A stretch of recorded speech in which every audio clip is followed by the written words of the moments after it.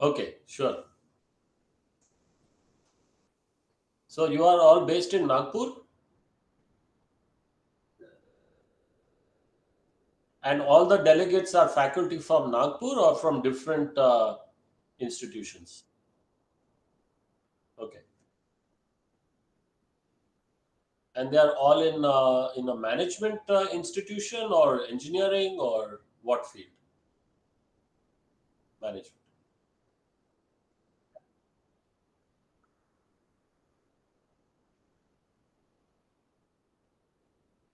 Okay, and so people are all lecturers there. You teach postgraduate or undergraduate.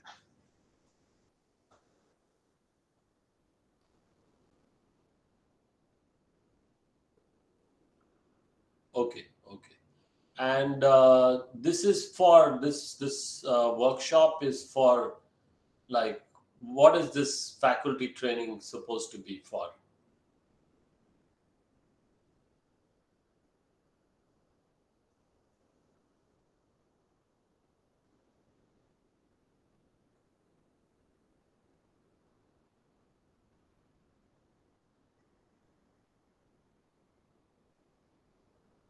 Okay, Uh, Pritam sir, can I add something? Yeah. Sir, this is Chandan Vichore, employed with the same organization. In fact, the government of India has come out with a scheme called Unnat Bharat Abhiyan, which is purely directed towards creating innovation and innovation ecosystem for rural development. They want to harness the intellect as well as the enthusiasm of the students for the sake of improving the agricultural and rural productivity. So it's not only agriculture, but even for that matter, enhancing the skill sets of the rural people also is included in that. very good, excellent. So is the idea that you will teach this kind of material, or you'll have projects with the students, or you'll have research, or combination? What is the idea? Uh, we in fact have already started teaching, and now we intend to take it to the next level so that we are able to apply some innovations for the sake of rural development. So recently what we did was that we deployed one project on uh, uh, backyard farm sorry yeah backyard poultry. So we Okay, developed a solar based egg incubator for backyard poultry where they can incubate around say 88 eggs, okay, and so that is solar powered. So this is right, something that we deployed at one of the villages. okay. And when So you say we, you mean who? The faculty, the students, or both together? both together. And who is doing the actual rearing of the eggs? It's one person in the village who owns a farm as well as some land on which he can put up the poultry. So it's more like a pilot at this point. You're piloting with this Yes, farmer. yes, yes. We are piloting this farm, and if we are successful, we'll replicate the same for some more people. Fantastic. Okay. And is the idea to just be like a charity, or is that itself a business? What you're setting up? Like, will you Right. charge people fees or? Now, what happens is that we develop this as a part of the academic project, and Okay. then the refinement in that happens in due course of time. But then the people who use this, they can use it commercially also for their benefit, for Yeah. doing some business also, and for earning money. Uh, Eventually, what happens is that we start receiving the feedbacks from the people regarding what is the level of operation, or say what are the problems associated with the project, Yeah. and the faculty is supposed to, or say the student is supposed to improve upon that, Okay. and provide solutions for any sort of problem that arises out of it. Okay. So the students are doing this for academic credit, or is this like an internship? They do it in their vacation. It can be a combination of both. It's the choice of the student whether he wants to do it as a part of his rural internship. That is also a choice with us. Or they can also take it as a final year project, or say it can be a part of the research work that they probably plan to do with the faculty members. So these are all business school undergraduates who are doing these No, no, projects with. no, no, Okay, no. This project has come from electrical engineering department. electrical engineering. Okay, okay, Yeah. yeah, because there's a technical component. Correct. But what our management students did was that we formed a farm produce company for them, Okay, and this was registered by the student, and they okay, created this cooperative for the villagers, and okay, also branded that company. So now whatever produce comes to that company, or okay, whatever farmer contributes to that company, his product automatically gets branded. okay, So some of the products that they keep with the cooperative agency is some organic vegetables also. So okay, what the students they suggested was that why not cut the vegetables and then pack it in small packages of say yeah, 200 grams, 100 grams, 50 grams, and 500 grams, yes, and keep it in various companies. yeah, So that in fact they had been able to increase the value of that product by 20% just by doing fantastic, fantastic. Okay, so it's in a way a interdisciplinary project. You have that. Correct, the correct, electrical engineering, the business students, and they are right. Now, combined. Yeah, yeah. So why we included the business students in this was because they are required to do PRAs of the villages, that is participatory rural appraisals, and in surveys the business management students are much better as compared to engineering. yeah, So that helps us a lot. That has in fact helped us a lot. We've been able to identify certain problems for the villages, which we have forwarded to the technical team of the engineering departments if the problem is technical. okay, okay. Very good, excellent. So this is so. How long has this program been going on? Almost about 3 years. In fact, it took a back burner during the Hmm. COVID period, so we suffered because of that also. Okay. So Uh, all your colleagues who are on the call, 20, 22, or 20 colleagues, they are doing, they are supporting, they're all from the business school, they're supporting these programs through their like being yes, yes, yes. supervised.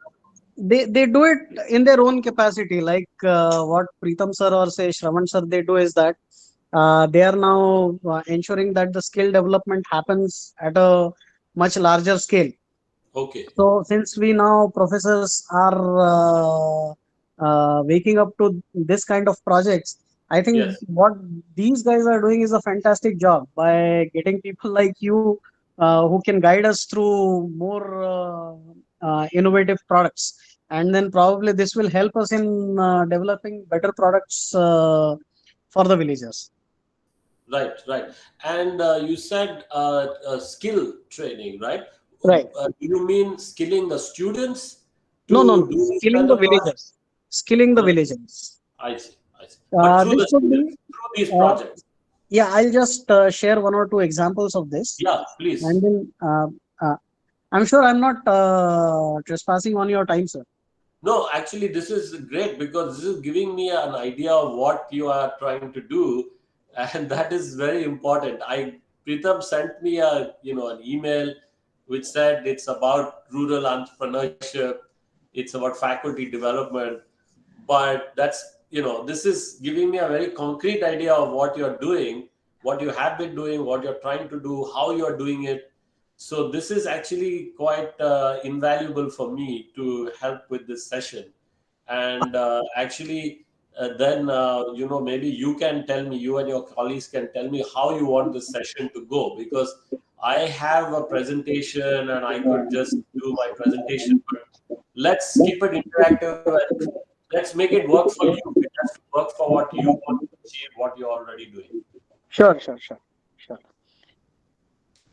Okay, So please so go ahead, you give me some examples. yeah, yeah. So one of the examples that what we are trying to do is that there's a big demand in India for some gobar based products. So they create small idols out of that gobar. Of course it requires some kind of compound mix also. So what we have done is that we have hired one agency called Go Vigyan Sanstha. They've been doing this for quite some time. And what we did was that through an NGO, we identified around say 10 to 15 people. So this project is on the anvil, and what we are going to do is that in say about the next couple of months, we will have some experts from Go Vigyan Sanstha who will come and train these people on making those gobar mixes, because they already have ready-made dyes with them. And Okay. they are also going to in fact teach them how to make the dyes, so that it sort of becomes an entrepreneurial activity in the long run for the villagers, where they Yes. can collaborate with Amazon or say Flipkart or say Fantastic. Mintra, for the Yes. sake of distributing these products online also, or selling the products globally also. That is Absolutely. where the management students are going to come in, how to connect these people to the market. So there will be some go to market projects also for this kind of product. That is Wonderful. one. Second was that we did this year was we trained some of them to prepare LED based lighting series, so which Okay. was to be used in Diwali. So Yes. although it is seasonal for Diwali, still some of the festivals they use it, Yeah. and it sort of created a value for the villagers where Yeah. they took the training for the sake of making these LED lighting series, and Yeah. they used it for the sake of making those series and then selling it into various markets. So then Okay. the linkages were already there. So they had their linkages through which they could sell the products to various Okay. households. But then Yeah. we intend to scale that up also in the near future. Okay. Fantastic. This is great. This is really very interesting and yeah, very inspiring also what you're doing. And it seems like you're doing this systematically with your students from engineering, business, and Correct. also with the people from the village, and essentially training them to create new businesses and scale their businesses and Correct. run them. Uh, Fantastic. there's one more activity that we have done is see all these things it requires funding. So it's Yeah. not possible for the college also to fund every single activity, or for government of India to fund every single activity. So what we have done is that we have a subject called rural community engagement in our MBA curriculum itself. So as a part of that subject, we gave one experiment. It's a subject that is totally taught outside the class. We don't take any classes at all. There are some experiments. The students have to design those experiments and then conduct the surveys. So one of Okay. the surveys that the students conducted was how many organizations wanted to spend their CSR funds. At Yeah. the same time, they also got the data onto what were their areas of priority. Now, Okay. what has happened is that I have a list of around about 25 to 30 organizations with me right now, which I can map to the requirements of the villages and then use that fund, say in kinds, or say if they give it directly to us for the sake of doing some developmental project. So if say suppose say if we want to provide training on women empowerment, or say uh, girl child education, then there is one company who's ready to spend or say who's ready to give the funds for the sake of doing that. So now we actually know whom to approach for the sake of getting those funds. Very good. Wow. This is very impressive. This is really good. Great. Thank So you, that thank you, thank you. that has given me a good idea of what you're doing, and as I said, it's very impressive. So, how should we do the time together? How should we spend it? Because I have some slides. I have a lecture prepared. I can give you some examples and some principles of frugal innovation in in emerging markets like India. Then I can also do the same thing about Western countries, frugal innovation, Western countries. So basically, I was going to talk about two books that I've written, one on Jugaad, one on frugal innovation. And I wanted to keep it interactive because I wanted to learn from you what you're doing, what you find interesting. So you tell me how we should proceed. Sir, I believe, since I've been doing this work for 3 to 4 years, uh, uh, I believe there are people who probably are just about starting because this scheme is pretty new. So I believe whatever you have prepared, I'm sure we will have lot more to learn from all those slides, sir.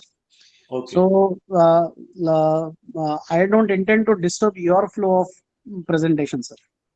Okay, thank you, Chandan. Yeah. But as I said, it's joint learning here.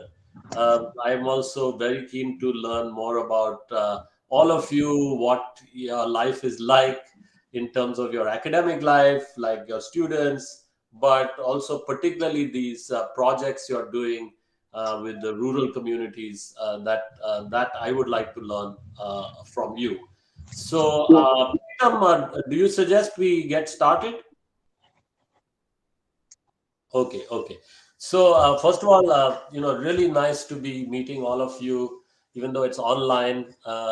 It's still very, very nice that we can meet. Thank you for inviting me, and really already very exciting to hear about what you're doing. I'm looking forward to more of your inputs. So please do just start talking if you have something to say, either like what Chandan just did. That was very helpful, Chandan. So, others, please jump in if you have something similar to say, or if you have any questions. So let's keep this interactive. So, as I said, I prepared a lecture here. I have some materials, and it's roughly in two halves. So, first half is frugal innovation in emerging markets like India, and then second half is frugal innovation in Western developed markets. And then maybe at the end, I have some thoughts on future for India. What are the opportunities for India in frugal innovation? So let me just start with a bit of background about myself. So I am a professor of marketing at the Judge Business School in Cambridge. I grew up in India. I studied in many places in India, many parts of India, and then I finished my undergraduate studies in engineering from IIT Delhi. I then went to the US and I switched to business. I got a PhD in marketing at the University of Southern California in LA. I taught at UCLA. I taught at Tilburg University in the Netherlands before coming to Cambridge. I was here in Cambridge for a few years. Then I went to Imperial College in London, and then I came back. And in my career, I have basically focused on innovation. That has been the area of my research and much of my teaching. In the first part of my career, I focused on innovation in large Western companies. And then, maybe about 15 years or so ago, I became interested in innovation in countries like India. So I began to go to India not only for personal reasons to see my family, but also to study how people were innovating in India. And the thing that struck me was how different Indian innovators seem to be from especially Western corporations. So Indian innovators, first of all, were very frugal. In the West, innovation is an expensive thing. In India, they were doing it very affordably. Second, in the West, large companies, innovation is very structured, very strict processes. Whereas in India, it seemed very flexible. The approach was quite improvised. And third, innovation in the West is typically like an elite thing. It's for rich people typically, and then maybe it goes to the mass market. Whereas in India, you saw a lot of innovations that were really trying to bring people from, informal economy into the formal economy. So let me give you some examples of what I'm talking about. So here is a innovation from a rich country, like there's a high-end fridge. This fridge will talk to you and you can talk to it through this tablet PC. and for that you pay about $3,000. Now, yes, you may see something like this in India, but um, you will also see something like this. So this expensive fridge is $3,000. This Mitti Cool fridge is less than $30. Yeah, I'll tell you more about the innovator. You may know him actually. You may know about him. So he's from a village in Gujarat. Mansukh Bhai is his name. By the way, does anyone know this product, Mitti Cool? Anyone heard about it?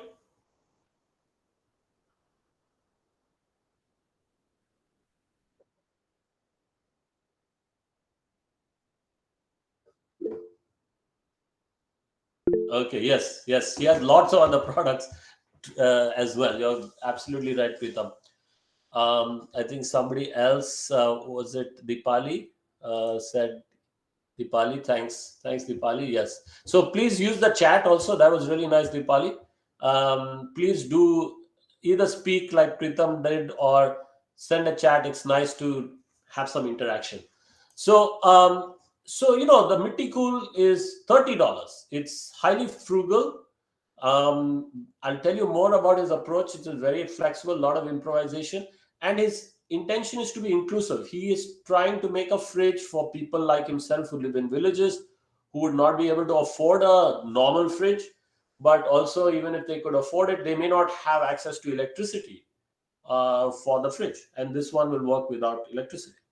So that's an example. Now, here is another example. This is an incubator. It's a beautiful machine. It has all the bells and whistles. It's from a company like GE, but it's about $25,000. And at that price, it's beyond the reach of most rural clinics. They'll not be able to afford this. Not just in India, a lot of countries, they'll not be able to afford it. And even if somebody gives them this incubator as charity, they will not have a technician there to maintain it. They will not maybe even have regular electricity. So, in a situation like that, this is very powerful. This is a baby warmer. The incubator is $25,000. This baby warmer is less than $100. Now, of course, it's not an incubator, it doesn't have an oxygen tank, but it is designed to address a large part of the problem that the incubator is solving. That is the problem of infant mortality. If an infant is born 1 or 2 weeks prematurely or more, they cannot maintain their body temperature. In some cases, they may die. Other cases, they would be badly affected. This baby warmer will save them. And importantly for you and your students, this baby warmer was not developed by a large company. It was developed by four students. They were at Stanford in the US. One of them was Indian.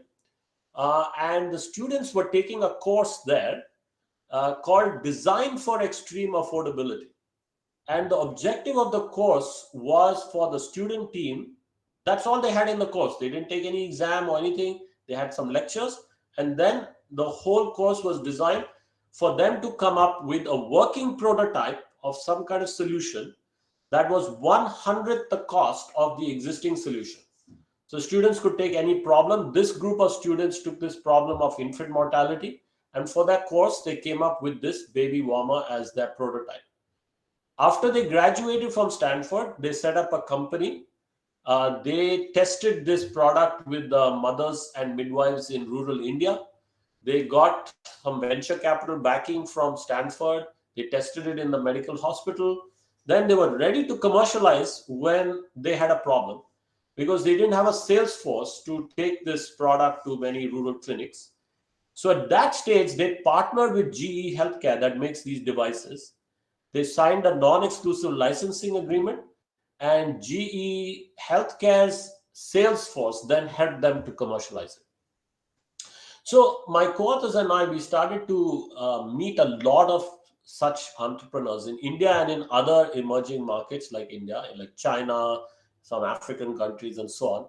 But in India, when we asked them how would they describe this frugal, flexible, inclusive approach, they would use the Hindi word jugaad.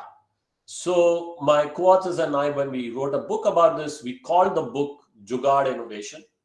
And we defined this as the art of overcoming harsh constraints by improvising an effective solution. So it's not a perfect solution, but it's a good enough solution. And importantly, a solution that makes the best use of limited resources available in that context. So you see a lot of this, particularly in rural areas, but not only in rural areas. So it kind of lends itself to that. And after we published this book, people from other countries wrote to say, oh, we have something similar in our country. So people from Brazil told us they have two words that describe the same kind of approach. And you see it not only in emerging markets, but also in developed countries. That's why the second half of my lecture is about frugal innovation in Western countries. Now, what we did in this book is we looked at lots of examples, and then we tried to see, are there some principles that are guiding these frugal innovators? And here are 6 principles that we identified in the book. First, these innovators are very good at making the best use of limited resources in their village, in their context, in their environment. So they will look for resources that they have, whatever they have, and they use those as substitutes for resources they don't have. Second, they keep their solutions simple. So this could be, Chandan and others, this could help you when you are doing your own rural projects. They keep their solutions simple because that helps them to economize on scarce resources, but it also makes it easier to adopt and maintain the solution. Third, they are very flexible in their thinking. There's a lot of literally jugaad that they have to do, a lot of improvisation. Their approach is, if there is a mountain and they cannot climb the mountain, they have to find a way around the mountain. Fourth, they actually find difficult situations as a source of inspiration. Adversity is a source of creative ideas. Necessity is the mother of invention for them. Fifth, they include marginal people, people from villages, etc. Margins are not only the customers, they are also part of the solution. And I'll give you some examples. And then finally, these people are very passionate about what they're doing, and they have to be passionate because what they're doing is quite difficult. So they have to be willing to persevere, they have to be motivated to persevere. Okay, maybe I'll just stop. Any comments or questions at this point from anyone? You can use chat or just talk.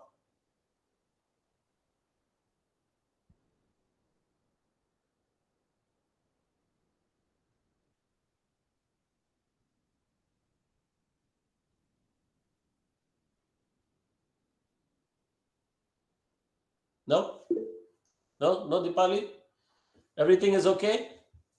Making sense?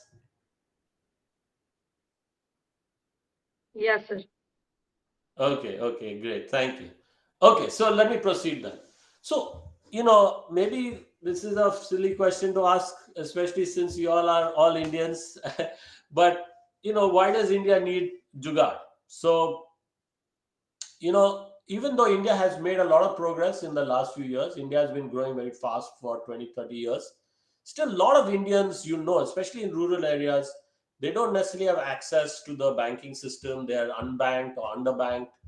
They may not have regular electricity, even though the grid may be reaching their village. And they may not have access to good quality healthcare and education at an affordable price. So there is a big unmet need in all these areas in India. Now, if you see how India has been growing and what its growth trajectory could look like, let's go back to the 2000s. So in the 2000s, India's demography looked like this.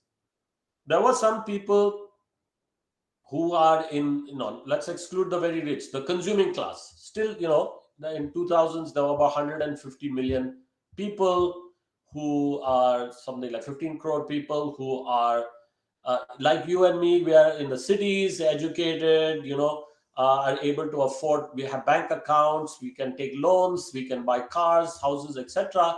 And a lot of our needs, things that we buy, are similar to things you might find in Western countries. Now, what most companies would be doing would be targeting those customers. whether it's multinational companies or domestic companies, they would be targeting this. It's a large market, but there would be a lot of competition here. Now, if you look below that segment, here you have even more people, climbers, aspirants. These may be people who are migrating to cities, living in slums from small towns, or there may be people living in small towns, or maybe people from villages. Now, these people typically would be in the informal economy. They would have some disposable income, but not much. Now, most large companies would typically, at least in the 2000s, it may have changed a bit since then, large companies would not be targeting these. So, this is like a blue ocean. There's a lot of opportunity here. But to really reach these segments, you would have to come up with new products and services. You could not take products that are designed for richer people and just try to change them a bit. It would not work. You would have to really look at the situation of these people, and based on their situation you would have to come up with a product or service that's designed for them. This is where design thinking comes in. You would have to start with an understanding of their situation, and then design a solution that is appropriate, affordable, etc. But if you do that, then you would have a very big captive market that would also be growing.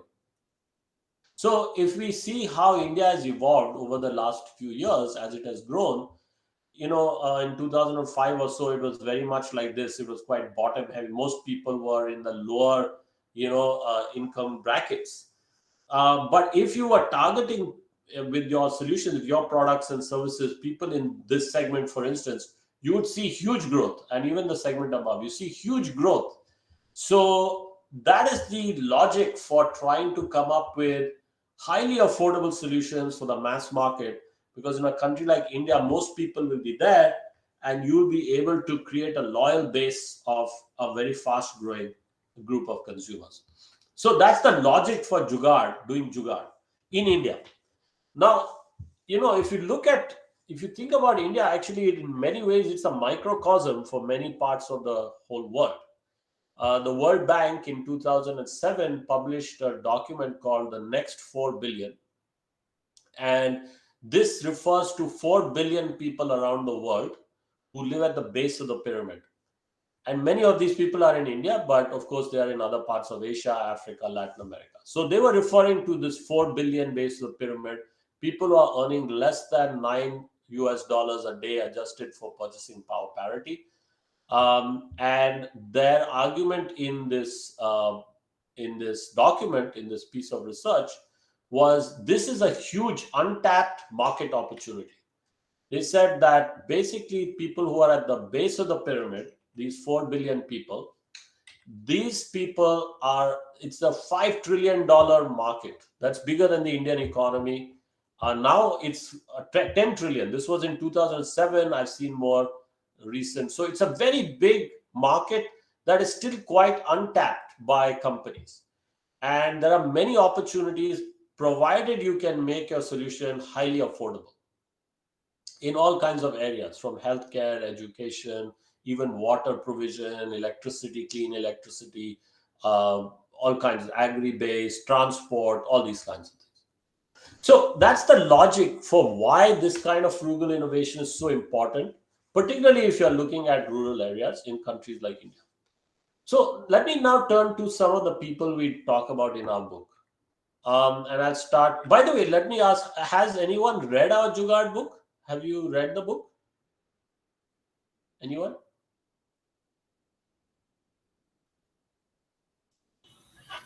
I haven't, sir, but soon I'll. Okay. So it may Yes, be sir.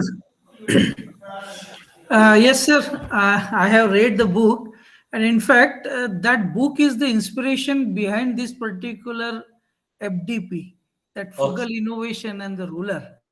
Okay. And I had also given some of corporate sessions on the same book, where Okay. I not only mentioned about this book that I am taking the whole presentation, but I also recommended them that, because many times we feel that Jugaad innovation is only limited to rural people and downtrodden people. But that book changed my perspective that this can be used in a corporate world also. And that's why now we started, in fact, our college, we have conducted some training program on the same topic in corporates as well. Okay, fantastic. Yeah, That, and that is the reason I asked Pritam sir to okay, contact you. And in fact, I was not that was sure that whether you will be able to spare that point, but it was really kind of you that you spared the valuable time. okay, In fact, I forwarded link to many of my colleagues also, so that they should listen to today's lecture. They are not part of the uh, this particular course, but yes, they are also going to okay. attend. Oh, that's very nice, Rupesh. Yeah. Thank you so much. That's very kind of you. And I'm delighted that it gave you the idea that it's not just rural people. Yes, companies, and as we will see, even Western countries are doing this now. I'm going to give some examples from the book. I hope that I'm not repeating what you already know. That's partly why I was asking if people have read the book. So I'll just tell you some of the stories of the people in the book, and I'll start with Mansukh Bhai, and he's the person behind the Mitti Cool fridge. You can see him here in this photo. He comes from a village in Gujarat. He has a high school education. He comes from a family of potters. And in 2001, you may know, because maybe Maharashtra was also affected, there was a very powerful earthquake in Bhuj. A lot of people lost their household possessions, including the matkas in which they store water. And he says that one morning he opened the local newspaper and there was a picture of someone's matka that was broken. And the caption read, "Poor man's fridge broken," as a kind of joke. But he thought about it and he said, "Why don't I make a poor man's fridge?" So you see the design there, very simple design, it's like a box. The matka is on the top. You pour water there. That water is cool. You can drink that water. But when it evaporates through the walls of the box, then it keeps fruit and vegetables fresh for up to 5 days in a hot, dry climate. So that's his Mythical fridge. And in many ways, he embodies all these six principles I told you about. If I go back to these six principles, he did more with less. He saw what he had in his environment. He had mitti, he had water, he had his skills, he had people there. He kept a solution simple. You can see it's like a basic, it's a box. It looks like a fridge, doesn't require electricity. Lot of improvisation goes into his products, including the process. He had done a lot of process innovation. So when Chandan was telling me you're doing a pilot, then you'll see there is a lot of experimentation to improve the process. How to use the solar to maximize the energy, maybe the batteries, maybe there's experimentation with the fertilization of the eggs, or the hatchery process, etc. Then he was inspired by the earthquake. So that's the opportunity coming from adversity. He not only wants to reach people like himself from villages with his product, he also employs local people. So he has trained women in the village to work in his factory. That gives them another source of employment. And they can also maybe buy the fridges themselves. And then finally, he's very passionate. You can go to YouTube and see him talking about all his inventions, and he'll tell you about his other products. Like, like Pritam was saying, he has non-stick frying pans made of clay. He has water filters made of clay, and so on. So that's Mansukh Bhai. Now, you may have heard of Padman. Have you all seen the movie Padman about his life? Yes, Anyone sir. heard? Yeah. So very inspiring story. He spent so many years trying to come up with a machine that would make an affordable sanitary pad. And it's a story of adversity. His parents worked in a textile mill, so he drew on his skills. And then he has these machines, you see it here, which makes these sanitary pads. And he has like what you could consider a social franchise. So he basically takes these machines to rural communities of women. The women get trained on the machine, and then they can set up their own little local business making the sanitary pads. They can brand it and sell it. So that is, I think, what Chandan was describing. Like your objective, it seems to me, is similar. You're trying to train the local people, skill them, maybe giving them some assets with loans or not loans with with funding from companies. So, for instance, maybe a company would be willing to fund the purchase of these machines with his training to set up a business of this kind locally with local women. Just, as an example. We also cover a very different sort of, and so this goes to Rupesh's point. Rupesh, you were saying earlier that it's not just rural people. So we can give small examples of people from villages or small towns, but we also have people like Dr. Mohan we talk about. So Dr. Mohan is a diabetes specialist from Chennai. Diabetes is a serious problem in cities, but in cities, he can treat people in his private clinic. People in a city with diabetes can go to his clinic. They can even afford to pay him for that treatment. But he knows that diabetes is a problem in villages outside Chennai, like this. And in these villages, people may not know what diabetes is. They may not know if they can, what to do if they have it. If they have it, they're not going to go to the city for treatment. It's too far away. It's expensive for them. They don't know the city culture. And his doctors in the city will not move to the village with their families, their jobs, and their children's education in the cities. So he came up with this kind of jugaad innovation. He worked with the World Diabetes Foundation. They gave him this van that you see here and the equipment in the van. So this is a bit like your CSR companies, they give support like that. He worked with ISRO. They gave him a satellite dish on the van. This van goes from village to village. People like this lady who are from the village, they step into the van. She looks through the eyepiece. The image is broadcast via satellite to the doctor sitting in the city. He can see it on his computer screen and make an instant diagnosis. And then he communicates his opinion via phone to this person who's a local health volunteer. And then this person follows up with the patient and also lets her know when the next time the van is coming and so on. So, you can do this kind of frugal innovation with partners to help rural areas. And actually, it helps people like this. They get a skill, they get skilled, they get training, they go to the city for a few days and then they come back and they perform this role. And then they can get jobs more easily with pharmaceutical companies as a pharmaceutical representative and so on. So we see lots of this. In cities, we see people like Dr. Devi Shetty, who has been focusing on cardiac surgery, making cardiac surgery affordable by basically getting economies of scale in his very big cardiac hospital, bringing down the price of surgery to $1,500, maybe even below that. Here's a different example from a very different sector. This is Celco, solar electric lighting company, and this is Harish Hande, who's the CEO and founder. This is Harish. So Harish wanted to sell solar lighting solutions to people who did not have access to electricity, people who are in urban slums or in the rural countryside. And so he started to do that, and then he realized very quickly that people he was trying to reach could not afford. They could not afford this, the solar panels, batteries, lights, and so on.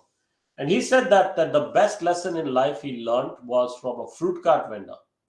And she told him that 300 rupees a month for solar lighting was too much, but 10 rupees a day was not. So he really thought about this a lot. And, we talked about design thinking. So he realized, I really need to know the life of these people, like the fruit cart vendor. Like, what does she mean by 300 rupees is too much, 10 rupees a day is not? So he spent a lot of time trying to understand people like her. And he would talk to them, he would follow them, go and observe them during the day. He realized that they, like the fruit cart vendor, she would wake up in the morning, she would take a loan from the local money lender. With that, she would buy fruit and vegetables from the bazaar. Then she would sell those fruits and vegetables in her cart during the day. At the end of the day, with the money she had made, she would repay the money lender with interest. Then she would buy food for her family. Then if she had some money left over, say 10 rupees, she would buy kerosene for lighting. So that's what she meant by 10 rupees a day is okay. So then with that insight, So this is a very classic design thinking approach. You get an insight from really understanding the context. With that insight, he then designed his solution. So Chandan, when you're doing these pilots, I'm sure you also experience this. But really, you need to understand the context first, like the farmer, what else, what does he have on his farm, what does he not have on his farm, what does he do, what has he tried before, etc. What is he willing to be able to pay, how much time does he have, what kind of support. So you first spend a lot of time understanding the context, and only then you design the solution. That way the solution can be more tailored to the problem, and you will not waste time and money in coming up with solutions that don't work. You have a better chance of coming up with a solution that works. So anyone knows how he then is able to sell solar lighting to people like the fruit cart vendor for 10 rupees a day? Anyone have ideas? What is his business model?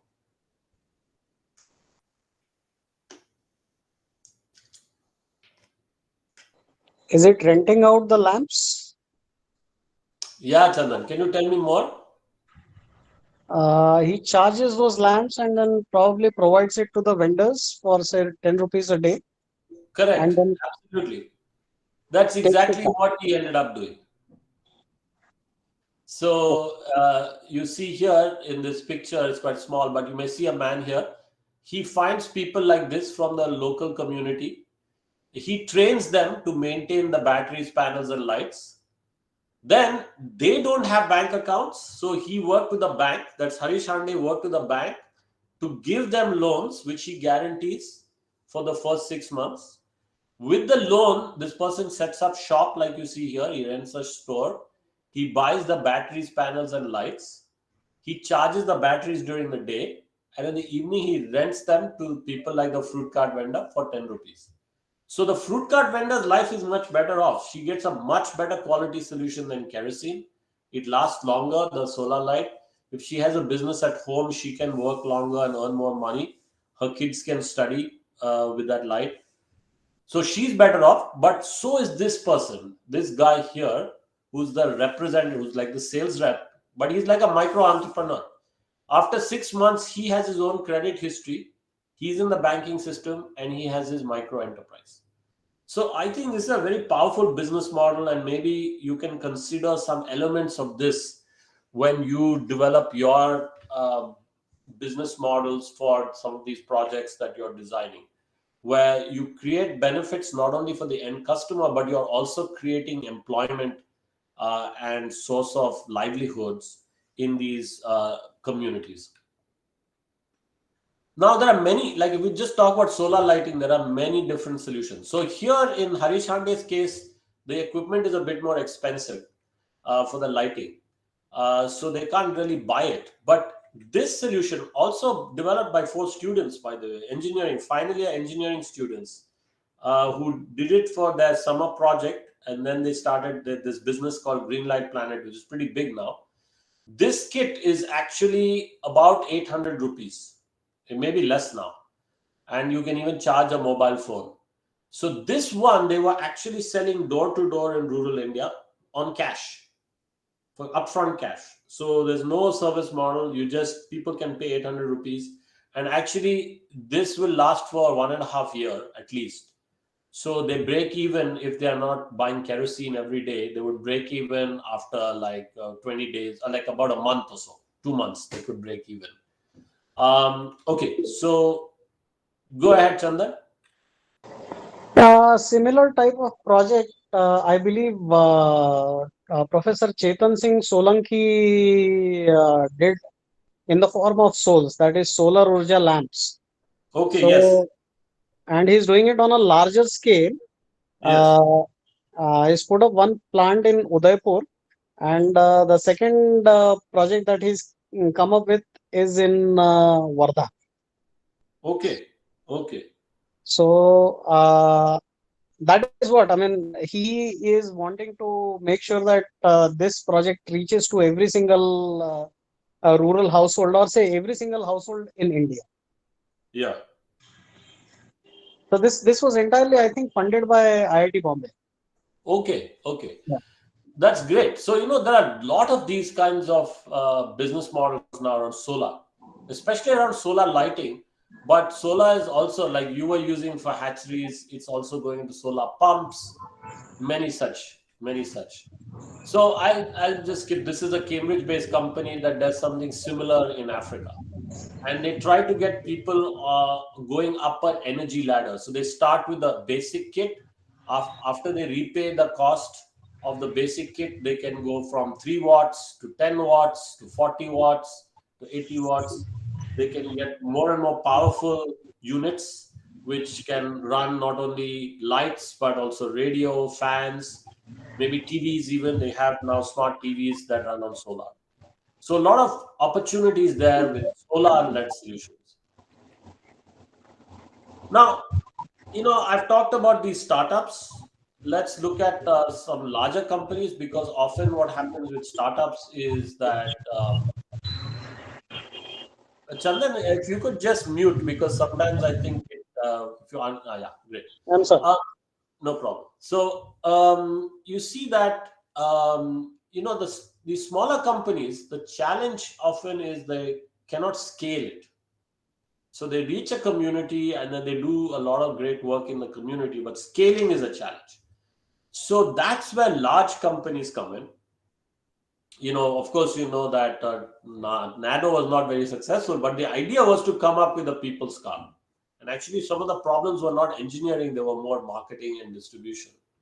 But they tried to do the same thing with the Swatch water filter, which was a pretty nice design and also very affordable. But again, the problem there was distribution. They had challenges with distribution. So even large companies, they have resources, but scaling can be a challenge. um, Now, I don't know if anyone has heard of BRAC. Anyone heard of BRAC?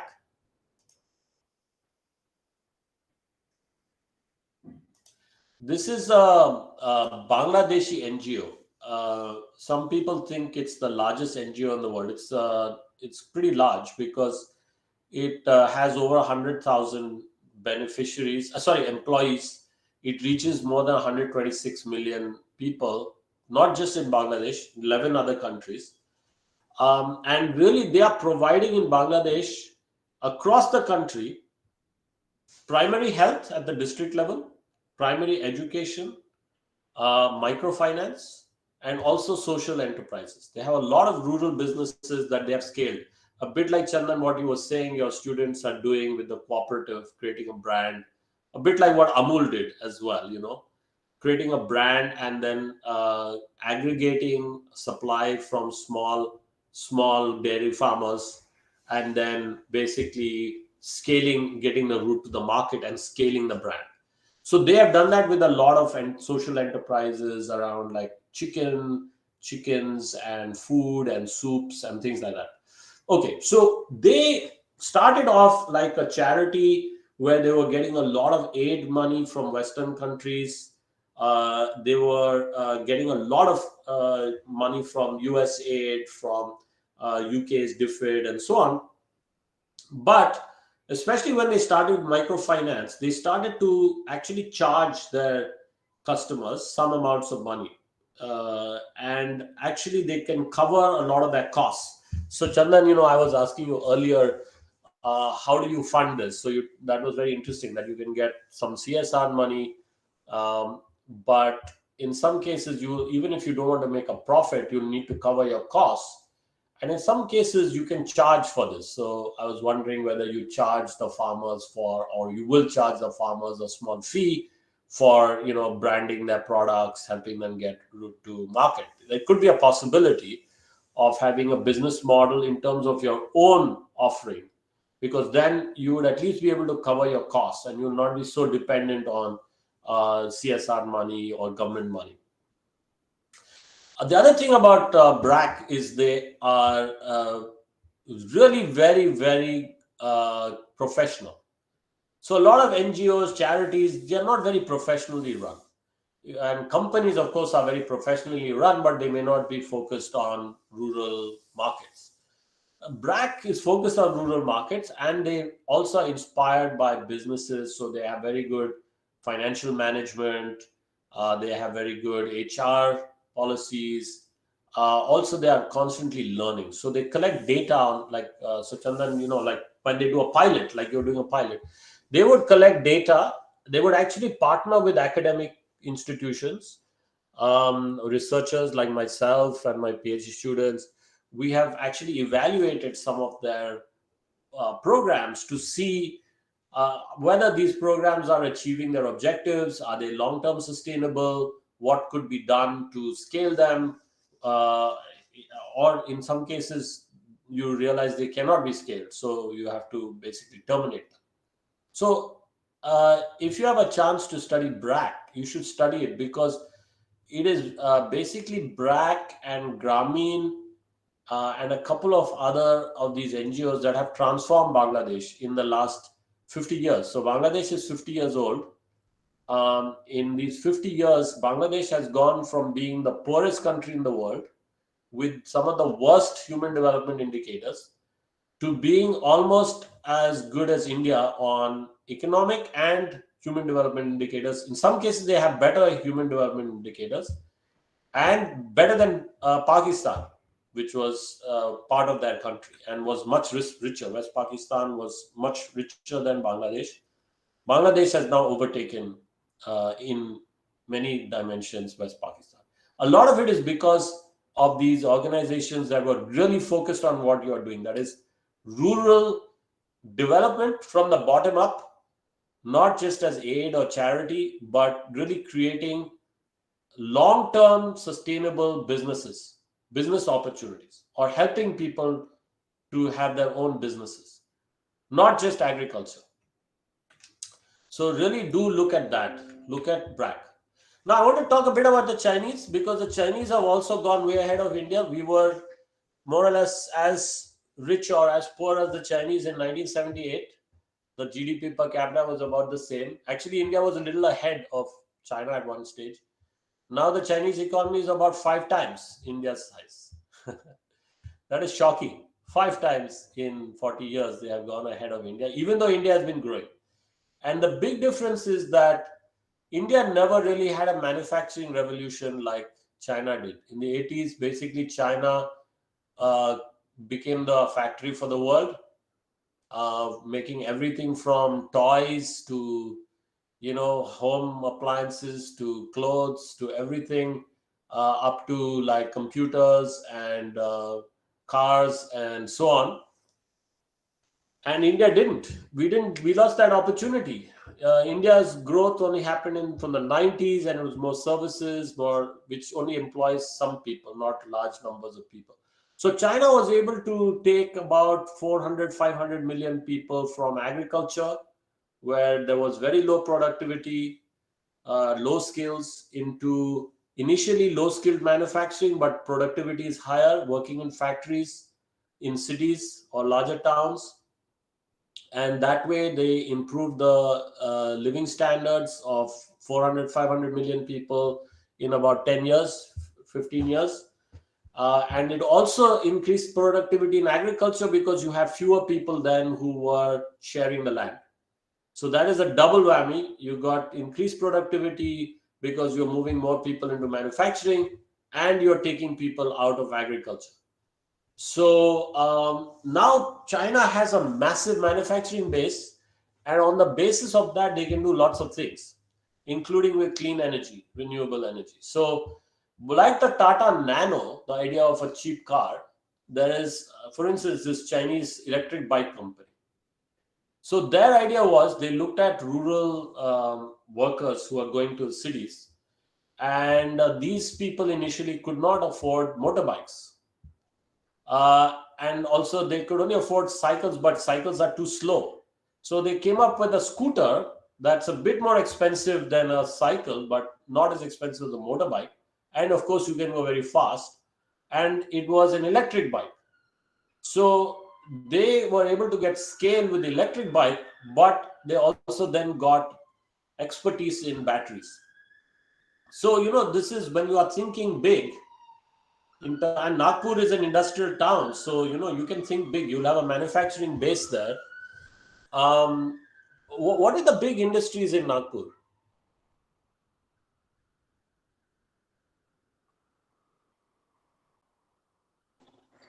Sir, it is not like it's a myth that we are a industrious town. It is not.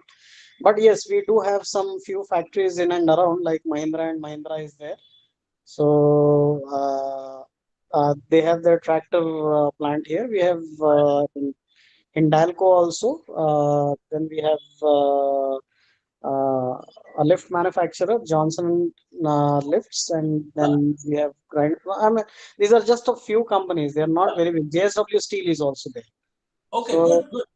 yeah, That's, yes. Okay, so it's not a Mumbai or Pune, but you have, and those are, that's pretty important, sizable automotive, etc. So, there is an industrial base which can be leveraged, and that's what China is doing very effectively. They're leveraging their manufacturing base, and one thing leads to another. So this scooter company then got technology of batteries. Here's another sector which has become massive in China: solar thermal. So they have created a 10 billion domestic industry, actually looking at smaller towns in the central and western China. So Chinese development has mostly happened on the seaboard, which is on the eastern coast and southern coast. So there's less development in these interiors, and their fossil fuel and it's cold in those places. It gets cold, so fossil fuel based hot water is expensive or unreliable. So a whole number of these solar companies have come up that offering solar heating, and then these companies, Chinese companies, got a huge share of the domestic market, and on the basis of that, they are trading globally. This is why India, we now are our balance of trade with China is, we have about 100 billion trade annually.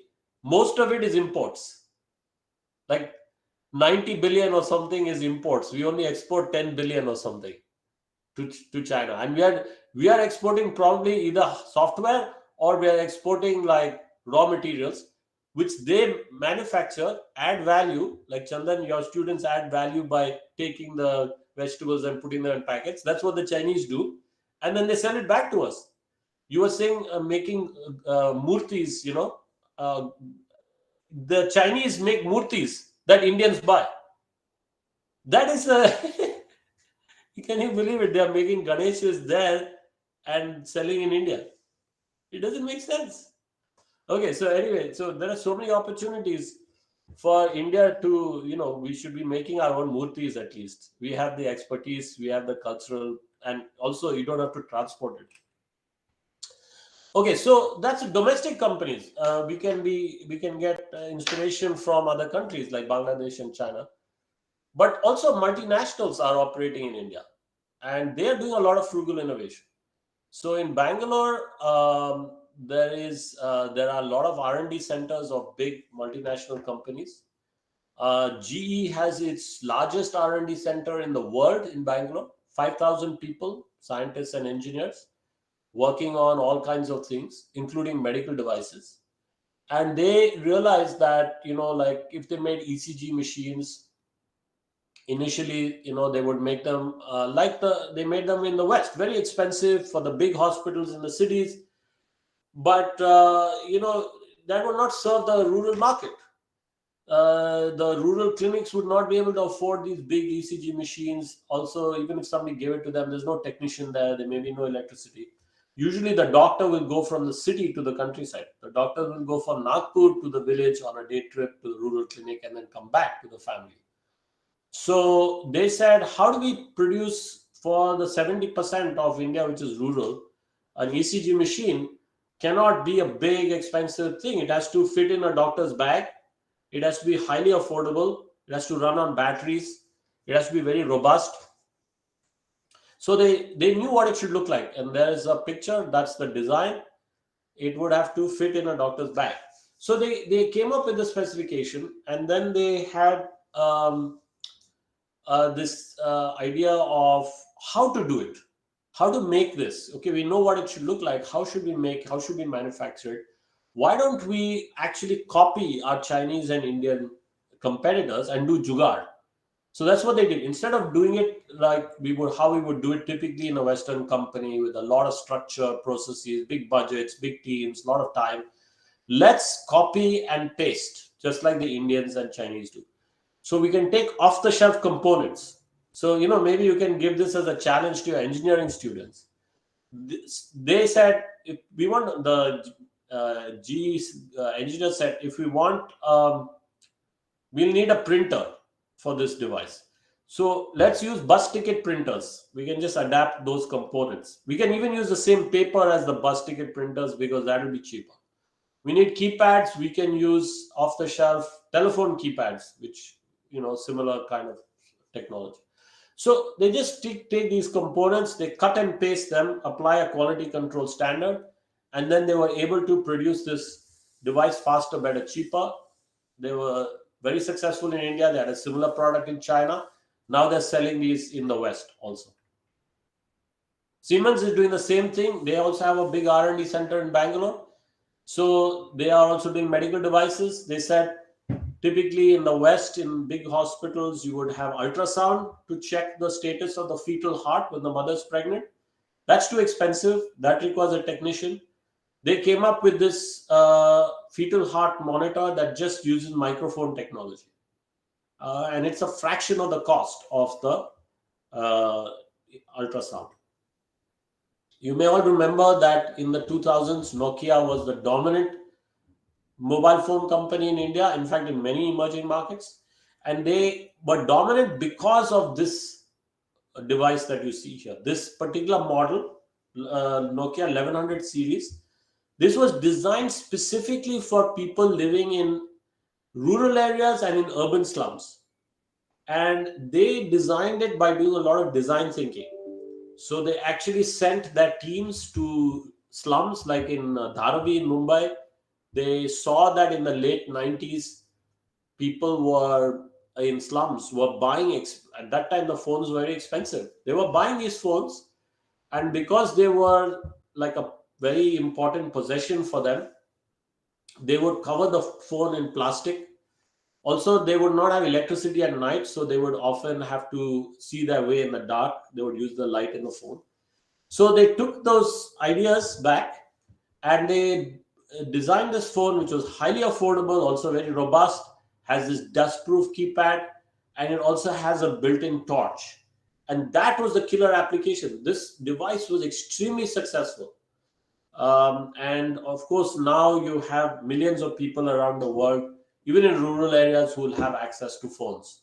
And not just these Nokia phones, but also smartphones. Now, if you have so many people with phones, you can deliver other services to them on the phone, including financial services. So M-Pesa was introduced by Vodafone in Kenya in 2007. It would allow this lady from a village in Kenya to use her basic phone to call her son who would be working in the city, earning an income. She could call and talk to him, but also ask him to send money home, which he could text from his phone to hers. She could receive it on her phone as e-float, and she could cash that in her local Kirana shop, which was an M-Pesa agent. So this enabled financial inclusion, but frugally, because M-Pesa did not have to create any new assets. They just took what people already had. They had mobile phones, they were used to texting, they had a Kirana shop in the village, they just joined the dots. So that's a key principle of frugal innovation, which you can encourage your students to use. Whenever you're creating some new solution or business, try not to create any new assets. Try and take what is already there, existing assets, existing resources, and connect them to come up with a solution. So now in Kenya, because people can use these mobile-based payments, even make micro payments of small amounts, the problem that Harish Hande has in Bangalore is solved. This company, M-Copa, which sells solar kits in Kenya, can sell this kit to a lady like this in her village. You can install it in her hut. She may not have a bank account, so she may not be able to pay a monthly fee or get a loan. She may not have liquidity to pay for this kit. but she can pay the upfront cost in micro installments using M-Pesa. With a phone, she can make a weekly micro payment, and the company M-Copa also benefits because they don't have to send somebody to a village every week to collect the payment. So that helps them. So actually, mobile telephony is massive because you can now really reach a lot of people in rural India with all kinds of services. So Reuters has this service. It was actually initially introduced in Maharashtra. This is for farmers, especially small farmers, to solve these problems. They usually don't have information at the right time. So this farmer saying, if I had timely information about the price of mustard in Latur, I would have made 40% more money. Or this farmer saying, heavy rains destroyed my coffee berries. If I'd known in advance, I could have harvested early, reduced my financial loss. So getting information at the right time is crucial for farmers.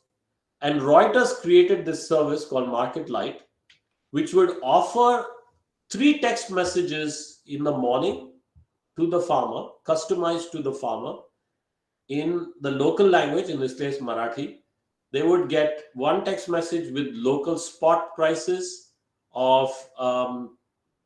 By the way, my Jugaad book is also translated into Marathi. So those of you who read Marathi, it's in Marathi, and I unfortunately don't speak Marathi. I speak Konkani, which is related, but it's not the same. But I'm so proud of this book. It's in Marathi. So if you can read Marathi, please read it and tell me if you think it's good.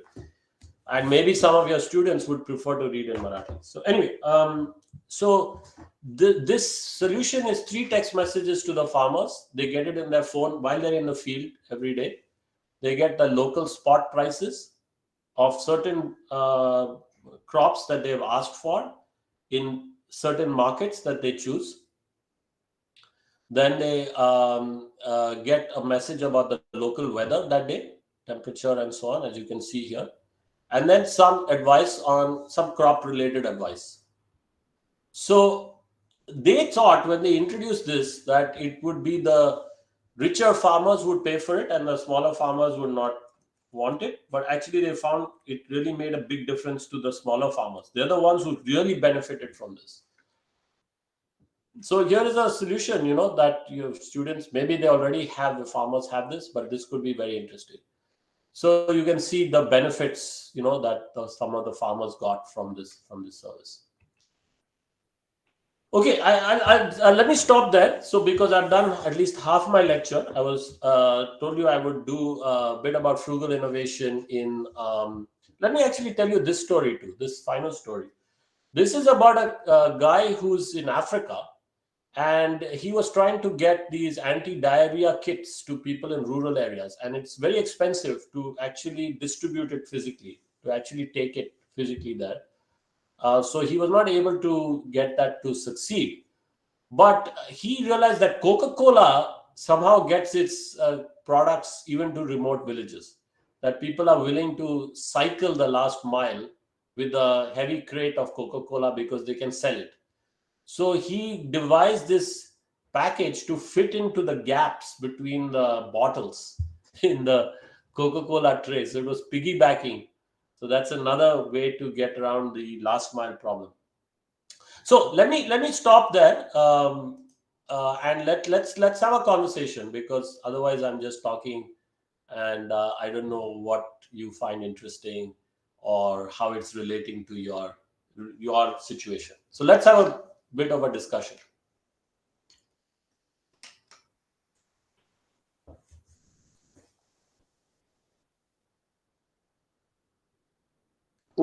Sir, I believe that the presentation till now has been quite an eye opener for most of us, because even whatever I was discussing with you, we are still in the nascent stage of that process. So I believe this is going to help us a lot. Oh, I'm great. I'm glad to hear that, Chandan. Thanks for that feedback, because I was not sure if I would be telling you things you already knew, you may have read about, you may have. So it's good to have that calibration. Um, but also do tell me what your responses are. Any questions you may have, uh, if you're thinking about how you would teach this. Any I just some kind of reaction would be good from you.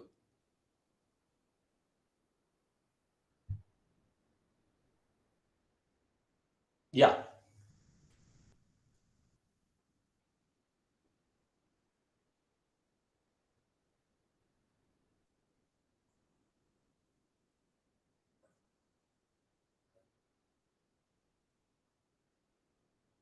really.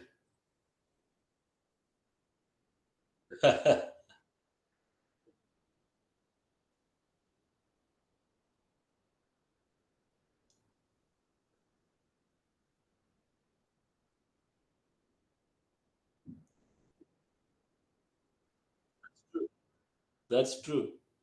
That's a very good point. I did not know that. So that's really interesting, Preetham. So that actually suggests there is an opportunity for your students to innovate there.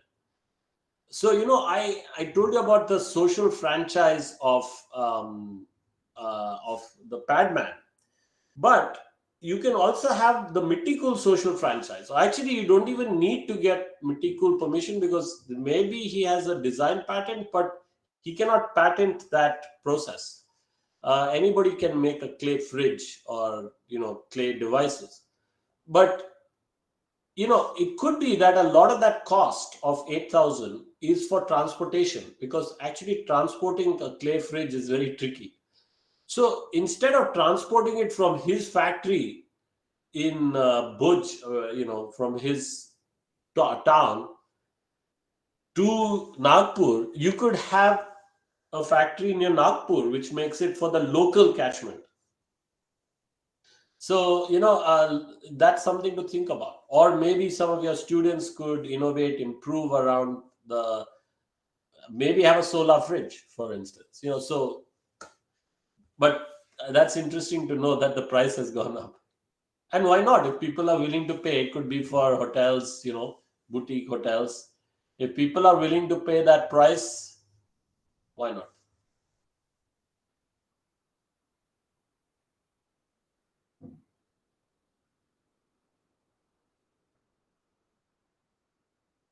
Yes, please. Or just comments, yeah, even if you just have comments, uh, gives me some idea of where you're coming from.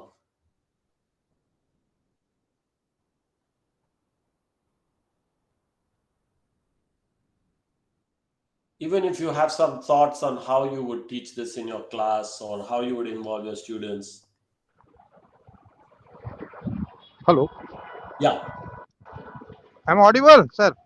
Yes, Naveen. Actually, I am Professor Ati from IMT College of Engineering. Right? Actually, I'm just traveling back to my home from my workplace. Okay. But your entire session I have seen while I was in the metro also, because I am also related to a rural background. And what you have shown that Mitti Cool, that village people have drawn using them different clays and all. So really, I'm very thankful because I got so many ideas seeing your all those products. Because I have designed 2 3 products almost similar to it, But thing is, I need to more innovate. I have to put more ideas over there so that it comes at a less cost. Very good. That is what Thank I you, have planned Naveen. out. Definitely, I'll be in touch with you, Professor. Yes. I'm very thankful and really blessed to listen to you, people like you, who have been working for such rather dominating, sitting at the Cambridge universities and all, and just thinking of those ideas and going back and serving the Indian society. Really wonderful, sir. Really, it was really wonderful to watch you people. Thank you so much. Thank you so much for giving this opportunity. Thank you, Naveen. That's very nice of you. It's really very kind. And I'm so happy that you are, you have your own ideas that you are trying to improve. Uh, It's amazing that you are joining this while going home quite late at night. So I appreciate that too. And yes, I would be very happy to follow up with all of you, to see how I can help. Because actually, I'm more interested in what you are doing and how you are able to make a difference there. Like these projects that Chandan was telling me about. So let's stay in touch. Now, anybody else have anything to say? Jaideep sir, sorry to interrupt you again. No It problem.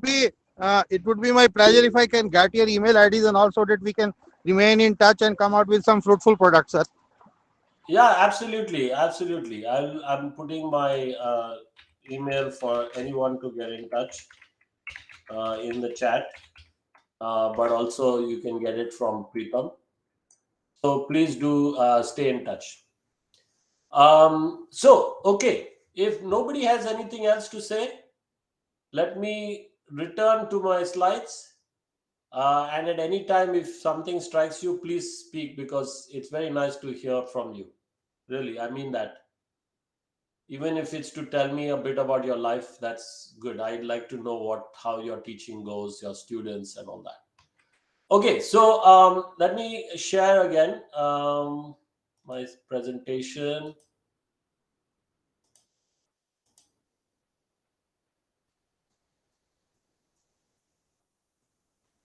Okay, so so far I told you really about the Jugaad book, you know uh, which was all about emerging markets like India. And that book, it came out in 2012, already 10 years ago. um, Okay, Hemant has a question. Why couldn't rural innovation stand in the market for a long time? Okay, that's a very good question, Hemant. And the thing, there's so many issues, and I think Chandan and others who are, or Naveen, who have actually worked in the rural areas, have tried to develop products, and market them. There are many challenges, but one of the big ones I would say is routes to market or access to the market. The challenge with rural areas is that they don't have many people in a dense area. The population density is pretty small. In a particular village, there may be a few hundred people. The moment you get to a town or a city like Nagpur, you have millions of people. So that agglomeration or demand is very efficient and helps a company that's based in a city reach more people more quickly.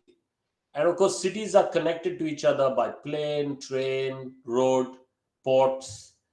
So the efficiency of reaching large numbers of people more affordably, reaching markets, is available to people from cities. It's not available to people in villages.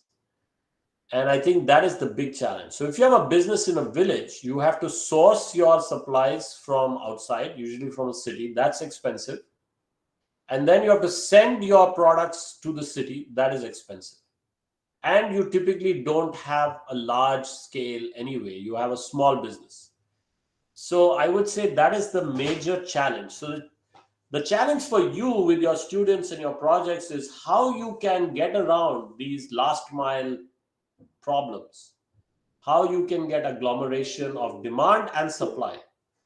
So this is where Amul has been very successful. They did exactly that. There was disaggregate supply because all the dairy farmers were very small. They might have one cow, they might make 10 liters of milk a day.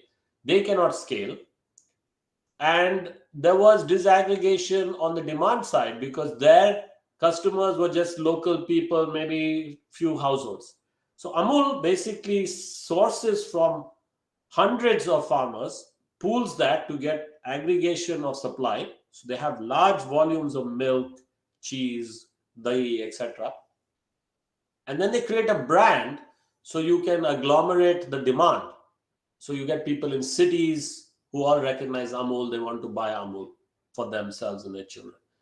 And that is how you scale, and that's how you create value, and that's how you can then improve the lives of people. Chandan, you were going to ask a question?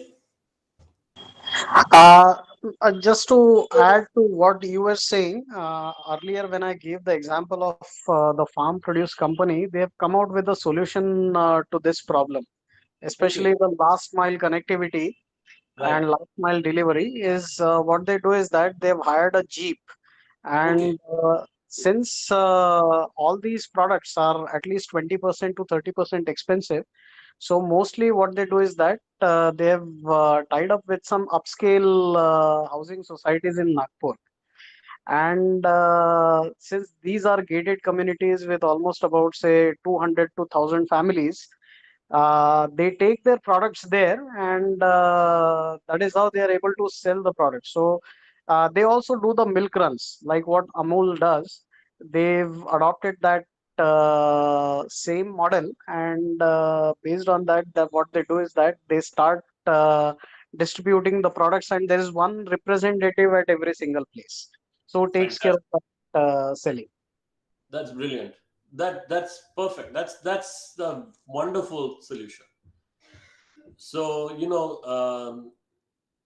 your students clearly get it, Hello. right? So that's No, really no, good. this was not done by the students. This was Okay, done by the people of that company. okay, okay, Yeah. okay. Great, great, fantastic. Hello.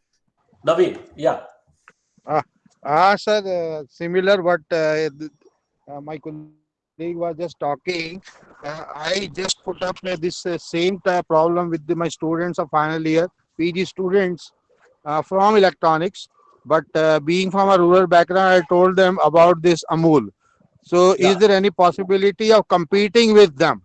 Maybe at right, a small scale, but can you try for it? So, you'll be very surprised to hear it that what they have done is they have manufactured in our incubation center itself the plastic bags, because you see the Amul milks and all, they are only for 2 days. yeah, They remain available only for 2 days. After that they get segregated. तो उसमें कहीं खट्टापन आ जाएगा या खराब हो जाता है मिल्क. खराब So हो what जाता they have done is they have designed this with a specifically material, because we have got a pharmacy college also. The है. हाँ, students were also part of it. So they have designed a liter, 2 liter packs, right? So what they are doing is, because we people are from rural background, so the entire milk from my village and my neighboring 3 villages, we have focused over there. And what now the in Delhi we have seen is that Amul is costing something around 52 rupees now a liter. That is, I'm talking about a toned milk, right? So what we have done is we have got to a level, it is almost 27 rupees a liter, and our capacity is not only for 2 days, it goes for 4 days. fantastic. So this is already we have started, and we are already delivering it door to door. We have marketing in such a way that we have find out the segment of the society, maybe the apartments. We have 15 apartments we have find out in our locality near my college, and this is what we are supplying it, sir. So these students have come up with a good startup with a name E Smart Wellbeings. So Very this good. is something I want to share with you. Great story, Naveen. That is amazing. So, Preetham was saying that the Mitti Cool has gone up in price, and I said you can innovate to improve. This is what you're doing with Amul. Yeah. So you are saying, okay, their milk only lasts 2 days. It's costing so much. Can we come up with a better solution? And with one that is more affordable, one that is longer lasting. That's great. And you have technical students as well as business students. You can get the technical students to think of the technical bits, and then the business students can think of the business model.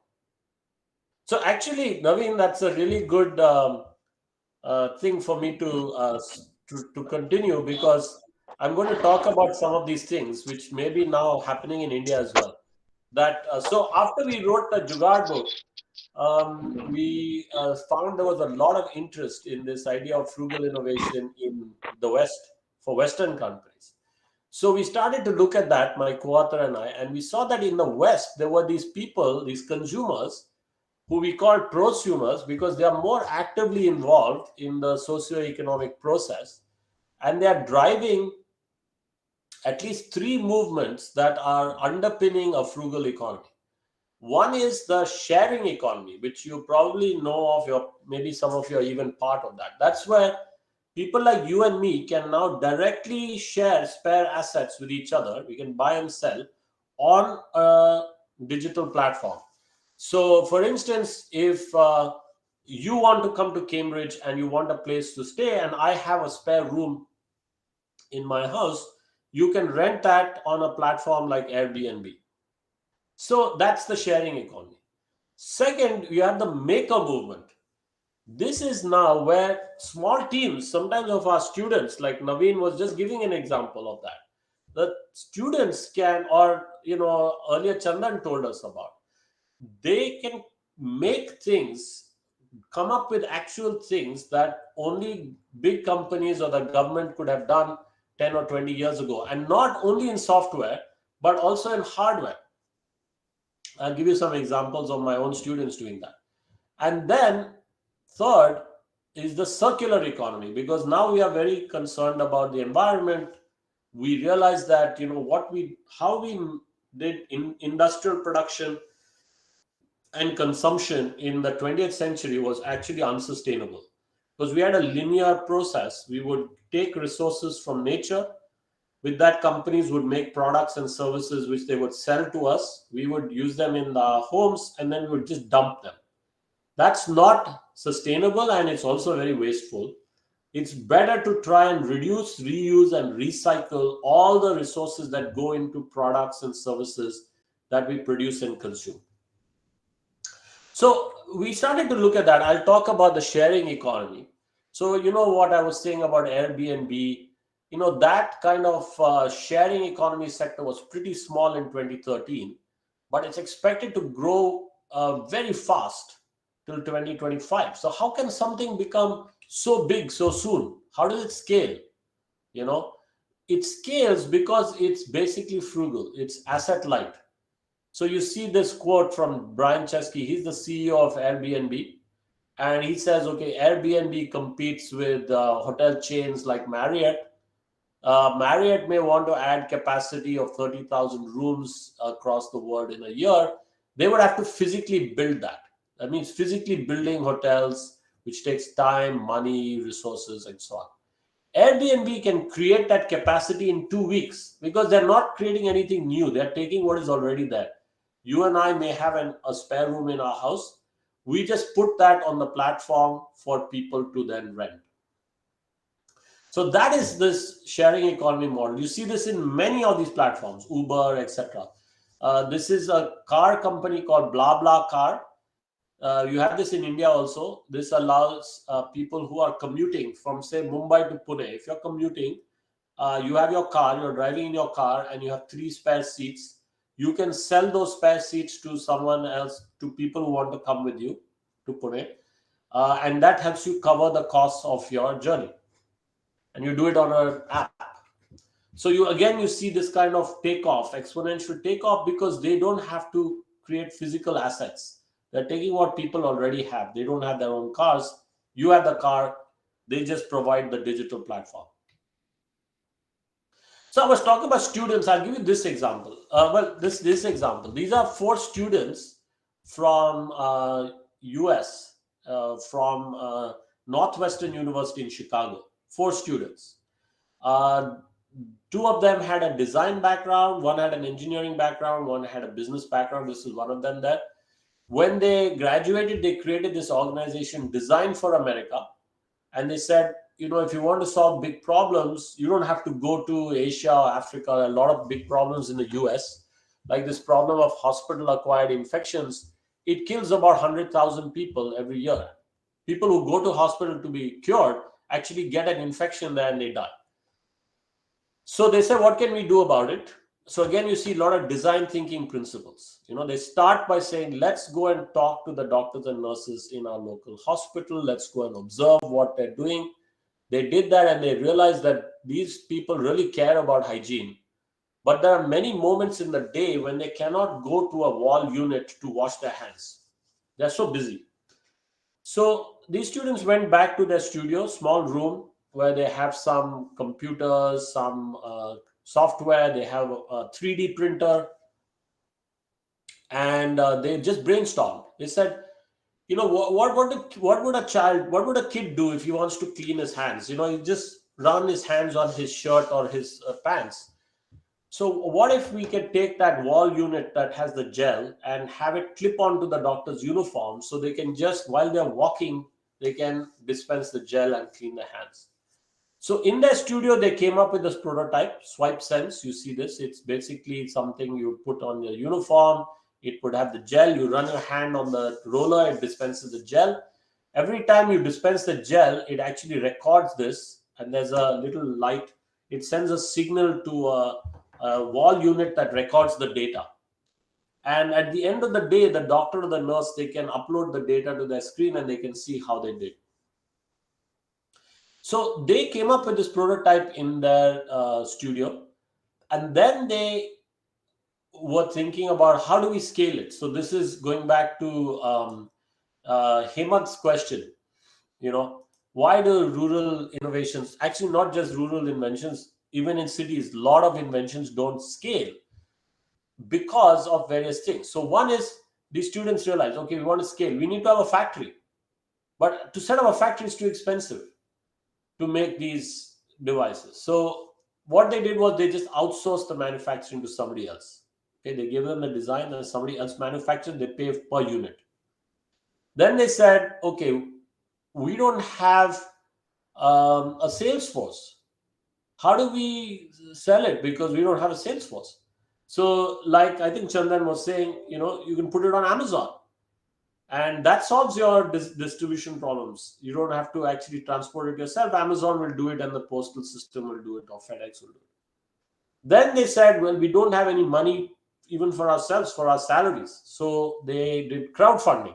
They had a Kickstarter campaign, and they were able to raise quite a bit of money.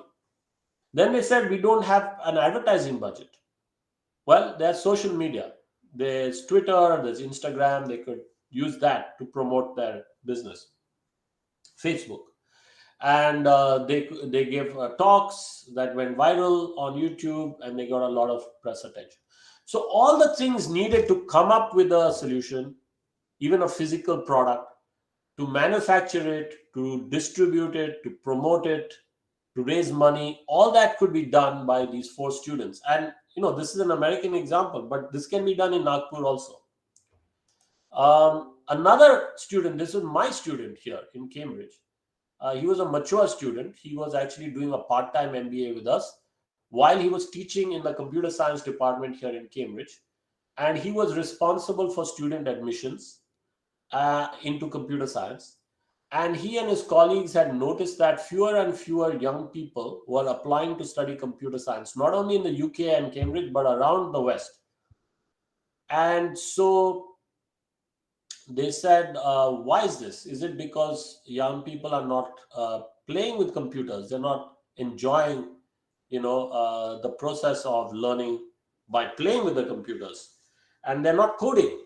So what if we come up with a basic computer, and he's holding one in his hand, it's a microprocessor, and they can use that to, connect it to other like memory devices or keyboards or display units, and they would have to code for it. And it would be so cheap, if they broke it, it wouldn't be a problem. So they came up with this first one. It was $30. Now they have like a $5 version as well. It's called the Raspberry Pi. And they thought they would sell a few thousand of these. They have sold several million. In fact, every year they sell about 7 million. And they're selling them not only to children, they're selling them to even the parents who are using them sometimes as a hobby, but sometimes taking them into their own companies and using them in their own products. So another student of mine, Prabhu, he took the Raspberry Pi, he gave it this cladding, and he branded it Co-Learner, and he loaded it with something called the Khan Academy. The Khan Academy is the entire US school curriculum. Just one second, there's a lot of light coming into my sunlight.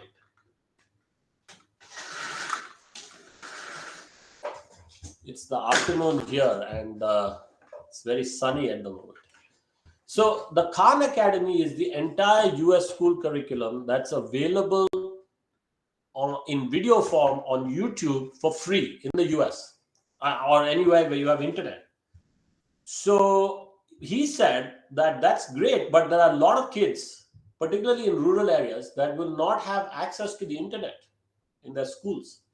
And they may not have access to PCs even, but they will have access to TVs. So you can connect this to a TV and then you get access to all this content, and they can even do peer learning. So we carry around these very sophisticated network computers in our pockets. This company, which has come out of UC Berkeley and in California, called Cellscope, they are making a whole suite of medical devices like this otoscope you see here that fits into the audio jack of the phone and leverages the computing power of the phone and its connectivity to do telemedicine. So here a mother can use that device to take high resolution pictures of the inner ear of her daughter when she has an infection and send them to a consultant who's somewhere else. This device is a fraction of the cost of the standalone medical device. And they have come up with other devices like dermoscopes for the skin and so on. So, just like I was giving the example of M-Pesa, now these smartphones can be used to deliver all kinds of services frugally, even in the West. So even in Western countries like the US, there are a lot of people who are underbanked or unbanked. They don't they don't have access to credit and debit cards. They operate in the cash economy, especially a lot of migrants. So people may have a smartphone, but they don't have a debit card or credit card, and they can go on their smartphone to a website to make a purchase, but then how do they pay for it? So this company called Pay Near Me, they have a solution which is smartphone based. So I don't have a credit card or debit card. I can go on a web page of, say, a bus company like Greyhound, and I can buy my bus ticket online. And then when I'm checking out, it asks me if I want to pay in cash. So how do I pay in cash on my phone? I say I want to pay in cash. It sends me a text message, which you see here with a barcode. I go to the neighboring store, which is like a 7-Eleven. It's a chain of stores. And then I show this, I pay cash, and I get my ticket. So let me just skip. So this one is a 3D printer. This one is less than $300. Or actually less than $200, and so some households can afford it. But even if you cannot afford it, you can go to a space, a community space, which could be called a tech shop or a fab lab or a make space. In fact, in India, you have Atal Tinkering Labs, same idea. By the way, do you have access to these tinkering labs in your university?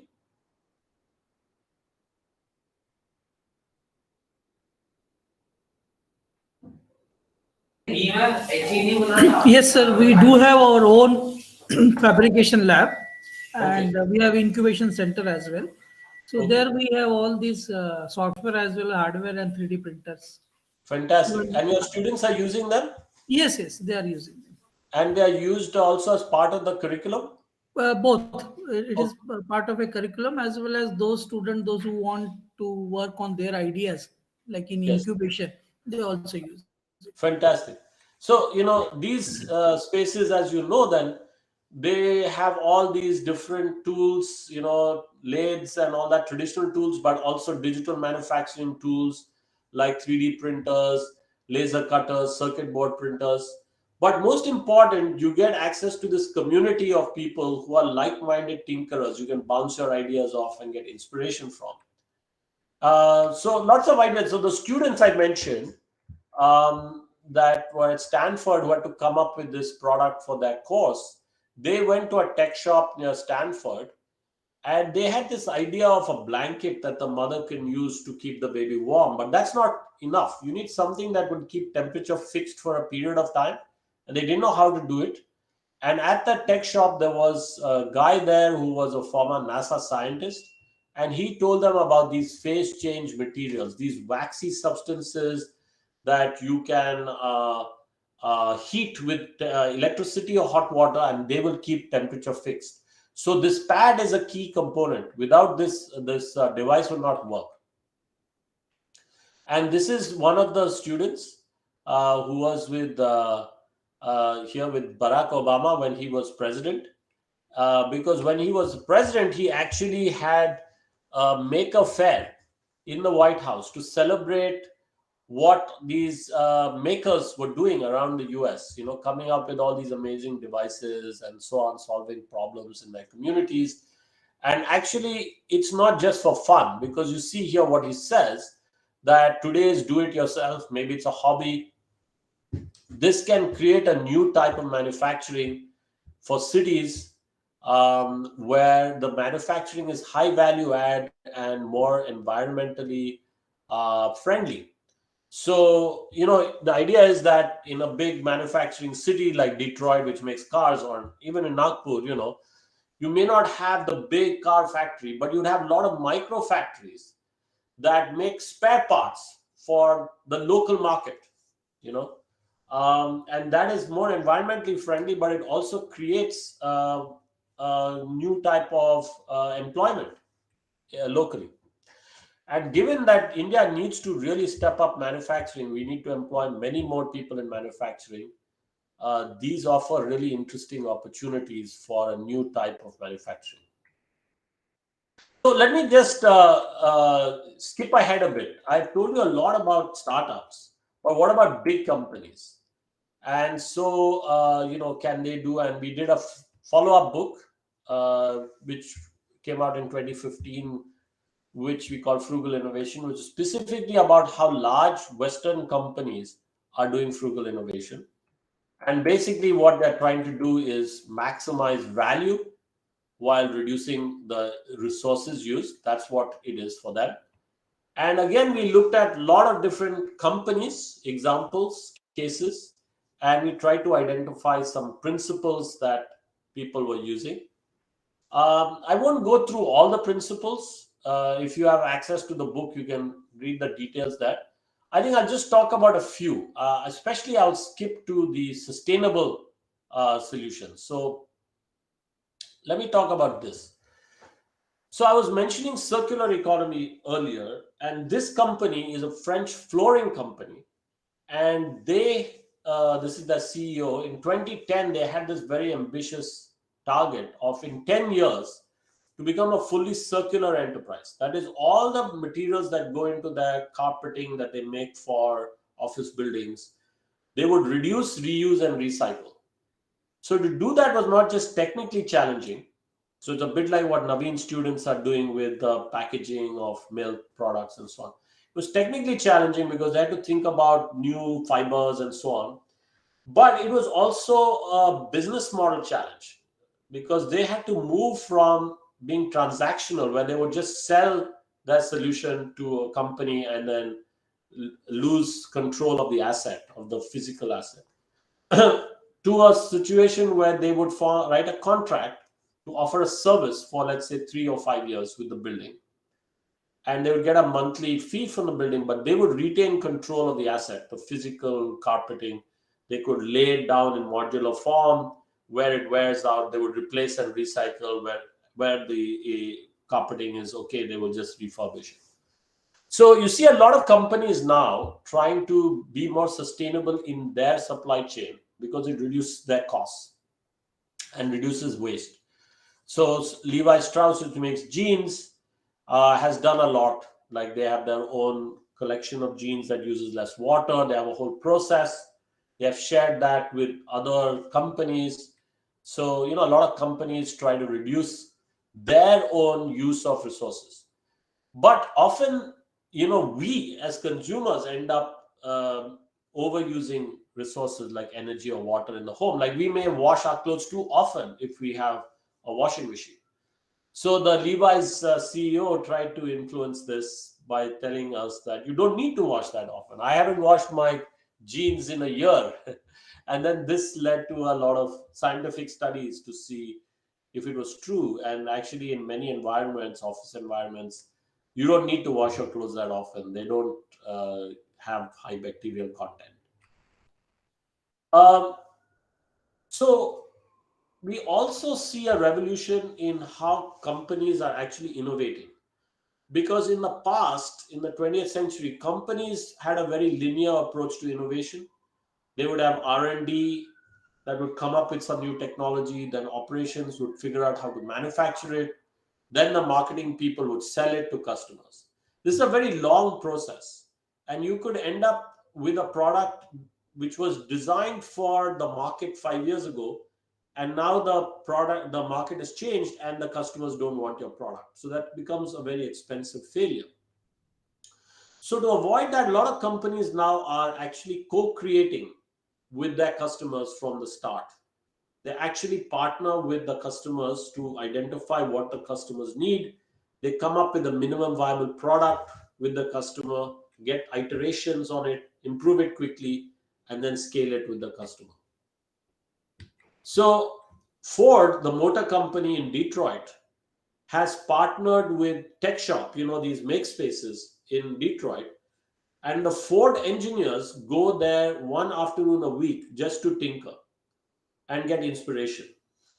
And they found that after 1 year of this process, actually the Ford engineers were not only more motivated, they were having more fun at work, they were also more productive. They were actually generating more high value patterns from this process.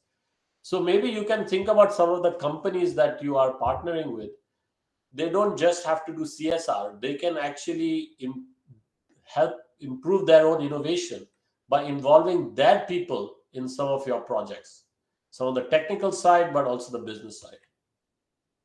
A lot of big companies in the West are now partnering with universities and startups because these startups can help them to innovate faster. So Barclays, which is a bank in London, they're trying to develop apps for us to use to manage our money, their customers. So instead of doing this in the big company, which would take a long time and be very slow, they actually partner with fintech startups that can move very fast. They have an accelerator where they identify 10 fintech startups that are housed there in the accelerator for 13 weeks, and they are constantly improving their solution in those 13 weeks. And in that time, they are mentored by people from the bank one afternoon a week, and that helps them, the startups, to learn about banking, but it also helps the people from the bank to learn about new technology. And at the end of the 13 weeks, they can make a decision. The bank can make a decision of whether to integrate this into their business. So let me just conclude by saying that India can be a global leader. In fact, I would say it's already a global leader in frugal innovation. If you look at the 2000s, that's when we were studying all these companies for our book Jugaad. All that stuff I talked about, that was happening in India in the 2000s. Then in the 2010s, as I said, we started to see this happening in the West, and we wrote our follow-up book, Frugal Innovation. And now, really, you see it's a global phenomenon. You see a lot of these things that were only in the West, like 3D printing. Now all these make spaces, smartphones, all these things have spread throughout the world. And actually, India can innovate with the West, for the West, and for emerging markets. So we actually wrote an updated version of our 2015 book specifically for India in 2019, where we had some new India cases. And we argued that actually India is in a very good spot because India still has a traditional culture, rural to urban, where we are used to these three things: sharing, making, and circularity. Certainly, when I was growing up in India, we were used to sharing with our cousins and friends clothes, textbooks, school books, comics, toys. So we still have that mindset of sharing. Making, especially in rural India, but not only, you have people with a lot of great skills, traditional skills in working with wood, cloth, leather, metals, also on the land, of course, clay. So a lot of maker tradition and circularity. We are very good with recycling, reducing. We still are very careful about these resources. So we can take these traditional practices and culture that we have, and we can join it with 21st century technology like digital manufacturing, 3D printing, with smartphones, with internet, with mobile payments. India has one of the most sophisticated payments infrastructure now in the world, uh, with the UPI and all this kind of stuff. And actually, the Indian government is now pushing also India's own open digital network, digital commerce network, ONDC, which would be a rival to Amazon, and its own open credit, where especially rural businesses will be able to get credit not only from banks but from other companies like Uber or Swiggy or whatever. So I think India is in a very great place, and in this new book we talk about some Indian innovators who are doing this kind of frugal innovation in a 21st century context. So this is Dr. Vishal Rao. He worked with some, I don't know if you know where Channapatna is. Channapatna is a small town outside Bangalore in Karnataka, which has traditionally been famous for toys. It's a cluster of toy manufacturing, making toys with wooden toys and so on. So he's a cancer specialist, and a poor person, a very poor man, came to him begging him to for his voice back. He had lost his voice after getting throat cancer and his operation. He did not have a voice box, so he could make noises, but nobody could understand what he was saying. And he came to Dr. Vishal Rao begging him to help him. And so Vishal Rao realized that he could come up with an artificial voice box, but he needed some help of people who knew how to make with make these things. So he actually worked with these toy manufacturers in Channapatna, who helped him come up with this artificial voice box, which he's holding in his hand. They helped him prototype it, and this is $1. And you, with a simple surgical operation, you can give people who have lost their voice box back their voice box and their voice. And that's what he did. This lady, Shailaja Rangarajan, has a business in Bangalore. This could be really interesting to you and your students, because she has combined those three things: sharing, making, and circular in one business and one business model. So, what she does is she takes waste materials from the city, like waste clothes, cloth, leather, plastic, rubber. She takes these waste materials, then she works with rural craftswomen who are very expert with handicrafts, with making out of leather, cloth, etc. And they design these products, they make these products for people in cities to buy. So they have a route to market, and she sells them online. So this is really a very powerful business which links rural makers with urban markets using digital technology. Ajita Shah does something very similar. She's taking products from cities, from big companies that can be used in rural kitchens, from solar lights to mixies and so on, selling them to rural communities through people from rural communities who use basically like a tablet or a big phone to help them with the sales process. So they can go with the phone to door to door in villages, show women what are the different options, then they can make the purchase, and then the delivery happens to the home. We have maker spaces, and this one is in Mumbai. It's actually moved to Goa now. And during COVID, they started to make PPE for local hospitals and share the designs with others. And in a few weeks, they were able to get over 40 maker spaces in India to form a joint attempt to come up with PPE for local. They made 1 million face shields across over 42 maker spaces in India. And then in the second wave of COVID in India, they had an open source manufacturing network making oxygen concentrators. Over 100 maker spaces and labs in India were sharing ideas and making local oxygen concentrators for local hospitals.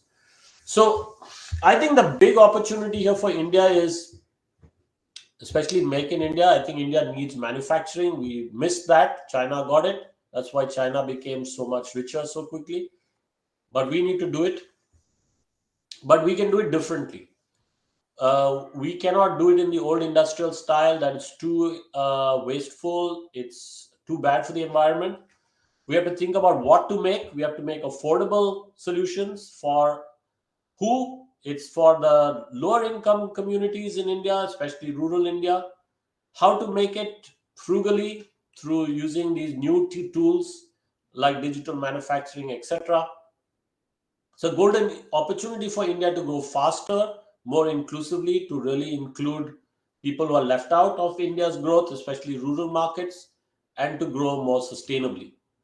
So I would argue that based on my work over the last 15 years or so, I really believe that the world needs this kind of frugal innovation. I think Indian companies can gain by engaging with Western economies and vice versa. And also large and small firms can work together to improve lives everywhere. So I will stop there again. That was my lecture I wanted to give, my presentation. But again, I'm very interested to hear your views. So please, let's have a conversation. Do let me know how you think this could be helpful to you, or if you want to do a follow-up, how you would want to follow up. I would be very interested to hear your views and to help.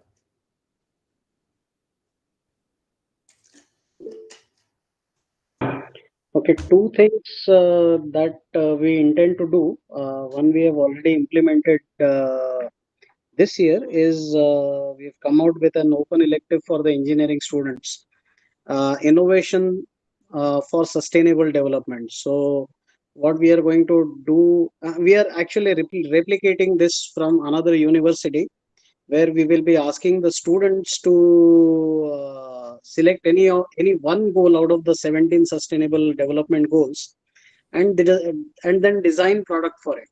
So the costing part, or say the innovation part, is something that the student will concentrate on, and that is where the professors might help in uh, uh, bringing down the cost of that product. That is one. Second, I believe what you rightly said was integration of the circular economy. So we have already started this process, at least in my board of operations management, where we have now asked the faculty members to integrate the topics of circular economy within the course itself, so that people understand that even if you go for, say, operations or say process improvements, you have to take into account what kind of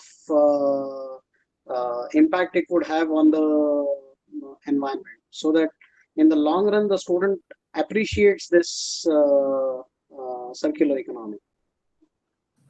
This is very impressive, Chandan. I am delighted to hear both things because, first, I think you should bring it into the curriculum. By it, I mean this whole frugal innovation thing, engaging with rural entrepreneurs, driving rural entrepreneurship, linking urban and rural. Um, why do I say that? It's not just good for society, the Indian economy. Actually, it's the students who learn a lot. It's learning by doing and really solving really some tough problems technically and from a business perspective, and really creating something, making lives better, creating something that the people in the villages could turn into a business, or the students could turn into a business. So, where in our business school here, over the years, we have introduced more and more of these kinds of practical projects for our students. That's the business school, but even in other parts of the university, like engineering, these practical challenges are a fantastic way for students to learn. And actually, their employers are telling us that they want us to do more of this. Why? Because the employers are saying, we expect that your students would have all the book knowledge. They would know what's in the books. We expect them to know that. But we also expect that they are entrepreneurial when they come in. Even if they're working in a big company, we want them to be entrepreneurial, by which they mean we want them to have this ability to solve practical issues, to actually identify what are the problems to be solved and then solve them, usually in teams, not as solo, to actually work with teams. So this course that you are introducing and linking it to the sustainable development goals, it's a brilliant idea. And if I can help in any way with design or giving you my input, I would very happily do it, or giving you any materials, any of the materials you have seen today. If you were, I would happily share all the PowerPoints. You can use that. I can give you cases, whatever, just let me know. So I I'll, love that course. I'd be really, really obliged, sir, if I get that material. It'll be my pleasure. The second thing, what you said, was embedding in all the coursework, not only these practical projects or having a course that is on that, but embedding it in all the material, this circularity principle, because that is so fundamental. If we are not able to uh, do business and industry in a circular way, we will not be able to grow because there's just not enough resource. So yes, we have all these targets and all these predictions that India will be the third largest economy by 2030, or even maybe the largest economy by the end of the 21st century. But all that depends crucially on resources. If we do not have energy, which India does not have, by the way, India has good sunlight, but it does not have fossil fuels. Even if we had fossil fuels, if we burn those fossil fuels, it will destroy the planet, and it will destroy India first. So that circular principle, those circular principles, which we already have in our DNA, because we have come out of scarcity, we understand scarcity in such a populated country. We should build that into the curriculum. So I love both those things you're doing.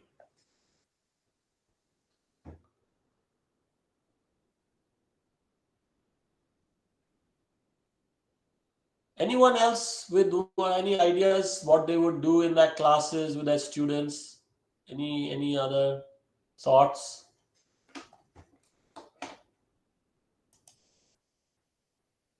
Don't feel shy, please share.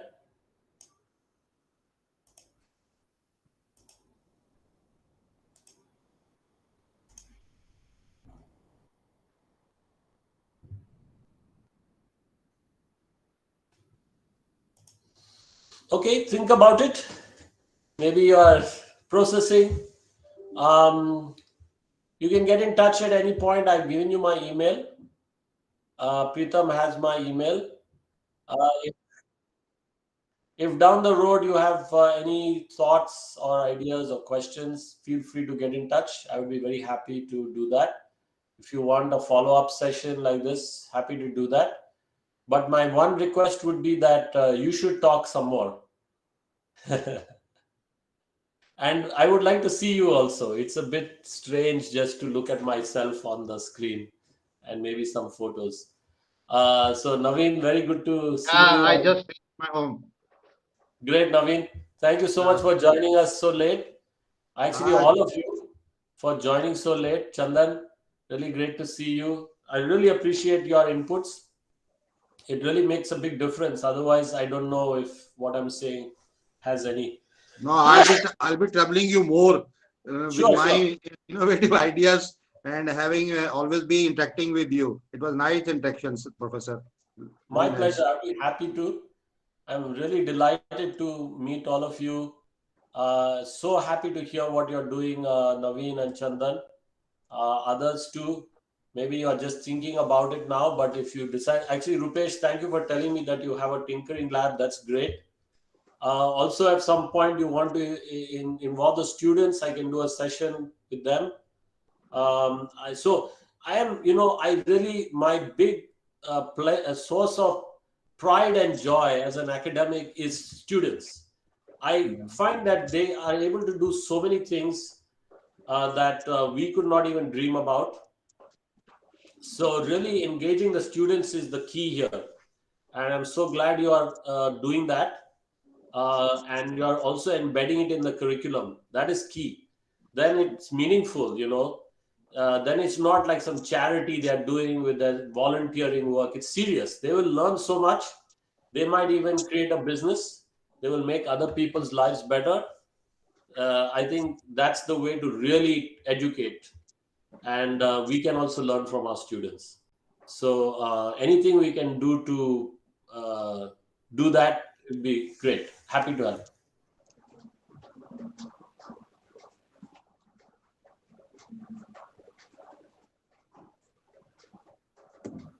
Okay, Preetham, I think it's very late there. People have had clearly busy days, must have family to go to. I want to thank you. Hi, Bhushan. Good to see you, Bhushan. Thanks for coming on the screen. So thank you very much, sir. It was really a nice. In fact, I read the book, but still, your session was more interesting, and it was really enriching. And I think all the participants must be having the same view. They may not be expressing. Fully agreed, sir. Yes. And of course, I will read another one book also that I had seen on Kindle, but I did not yet purchase. But I will read that book as well. That's great, Rupesh. So thank you, Rupesh. Yes. Thank you, Naveen. Thank you, Chandan, Bhushan, Preetham, everyone. Dipali, really good to meet all of you. Please do stay in touch. I would love to find out how things go. And if I can help with any of your coursework or projects, let me know. Happy to share materials, anything. And if anybody is coming to Cambridge, let me know. I'd be very happy to show you around here. Yeah, Okay. Thank you, sir. Thank you very much. Jadip sir, may I request you to have a session for my students, because in my campus in an incubation center we have got almost 30 startups purely Okay. from the students, and out of 30, 25 are only for rural innovations. So because we Wow. are into the rural area, so we are working only on that. So Great. I would be very glad if you can join one day or the other for some particular sessions and get them more motivated. Sure, sure. Just give me some advance notice. That was a Yeah. great thing. Pritam gave me a lot of advance notice so I could find a time in my calendar. Otherwise, during our term, as you can imagine, you have the same situation.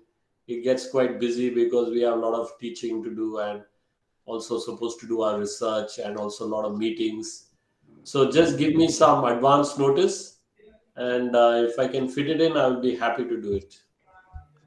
One more query, Jadip sir.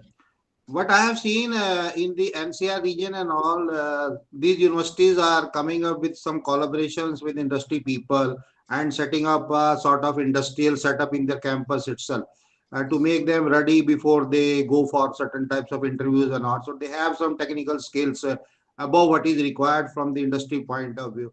So definitely it is work, no doubt in that. Recently, we have opened up our Center for Skill and Entrepreneurship Development. So we have a tie-up with Dissolves, then Persistence. So they are coming up with a setup purely related to IIoT, then smart manufacturing. We have a complete hub over here, with the help of which I was able to go for such type of plastic materials and planning for providing the direct door-to-door supply of the milk at the cost of just 27 rupees in my nearby area. So how much if I want to say, what are your point of view in regarding that, and how much we should more be focused over here as far as Indian society is being concerned? And as you were talking about, if we are planning to go for being a global economist in for terms of the nation, so will it be more fruitful, or what are your point of views in that case? No, I think it's a great idea to engage with local industry. Like Chandan was also saying, they have CSR budgets, so they can provide that. But they will have real problems also. They may have real projects that students can engage with. This could be technical, could be business. The students will learn. The companies will also gain something. then the companies may identify some people they want to hire from the student teams. So we, in our business school here in Cambridge, and actually Cambridge University as a whole, engages a lot with businesses, because we feel that we can gain a lot from engaging with businesses, and businesses can gain a lot from engaging with us. They can get access to academic research, academic knowledge. They get access to young people's skills. They get access to some free consulting through the students, but they also then get access to the best students that they can hire later. So that is a big difference, I feel, between many Indian universities and these Western universities. Western universities are really very good at university industry collaboration. They do a lot of it, and they do it in a quite a systematic way, and they get a lot also. They get a lot in money for projects, for big research. They get knowledge and resources from companies, and the students get insight from the companies. They get a possible job, and the companies get a lot from the universities. So anything you can do in partnership with companies, I think, is good, and integrating it into your curriculum. Yeah. Like Chandan was saying, have it as coursework, have it as projects, and get the companies to pay for it in some way, because they're getting Because access. the entire resources have been provided by the industry people only. The entire setup is there. Good, But good. only thing is we have added additional courses for the entire 4 years, semester wise.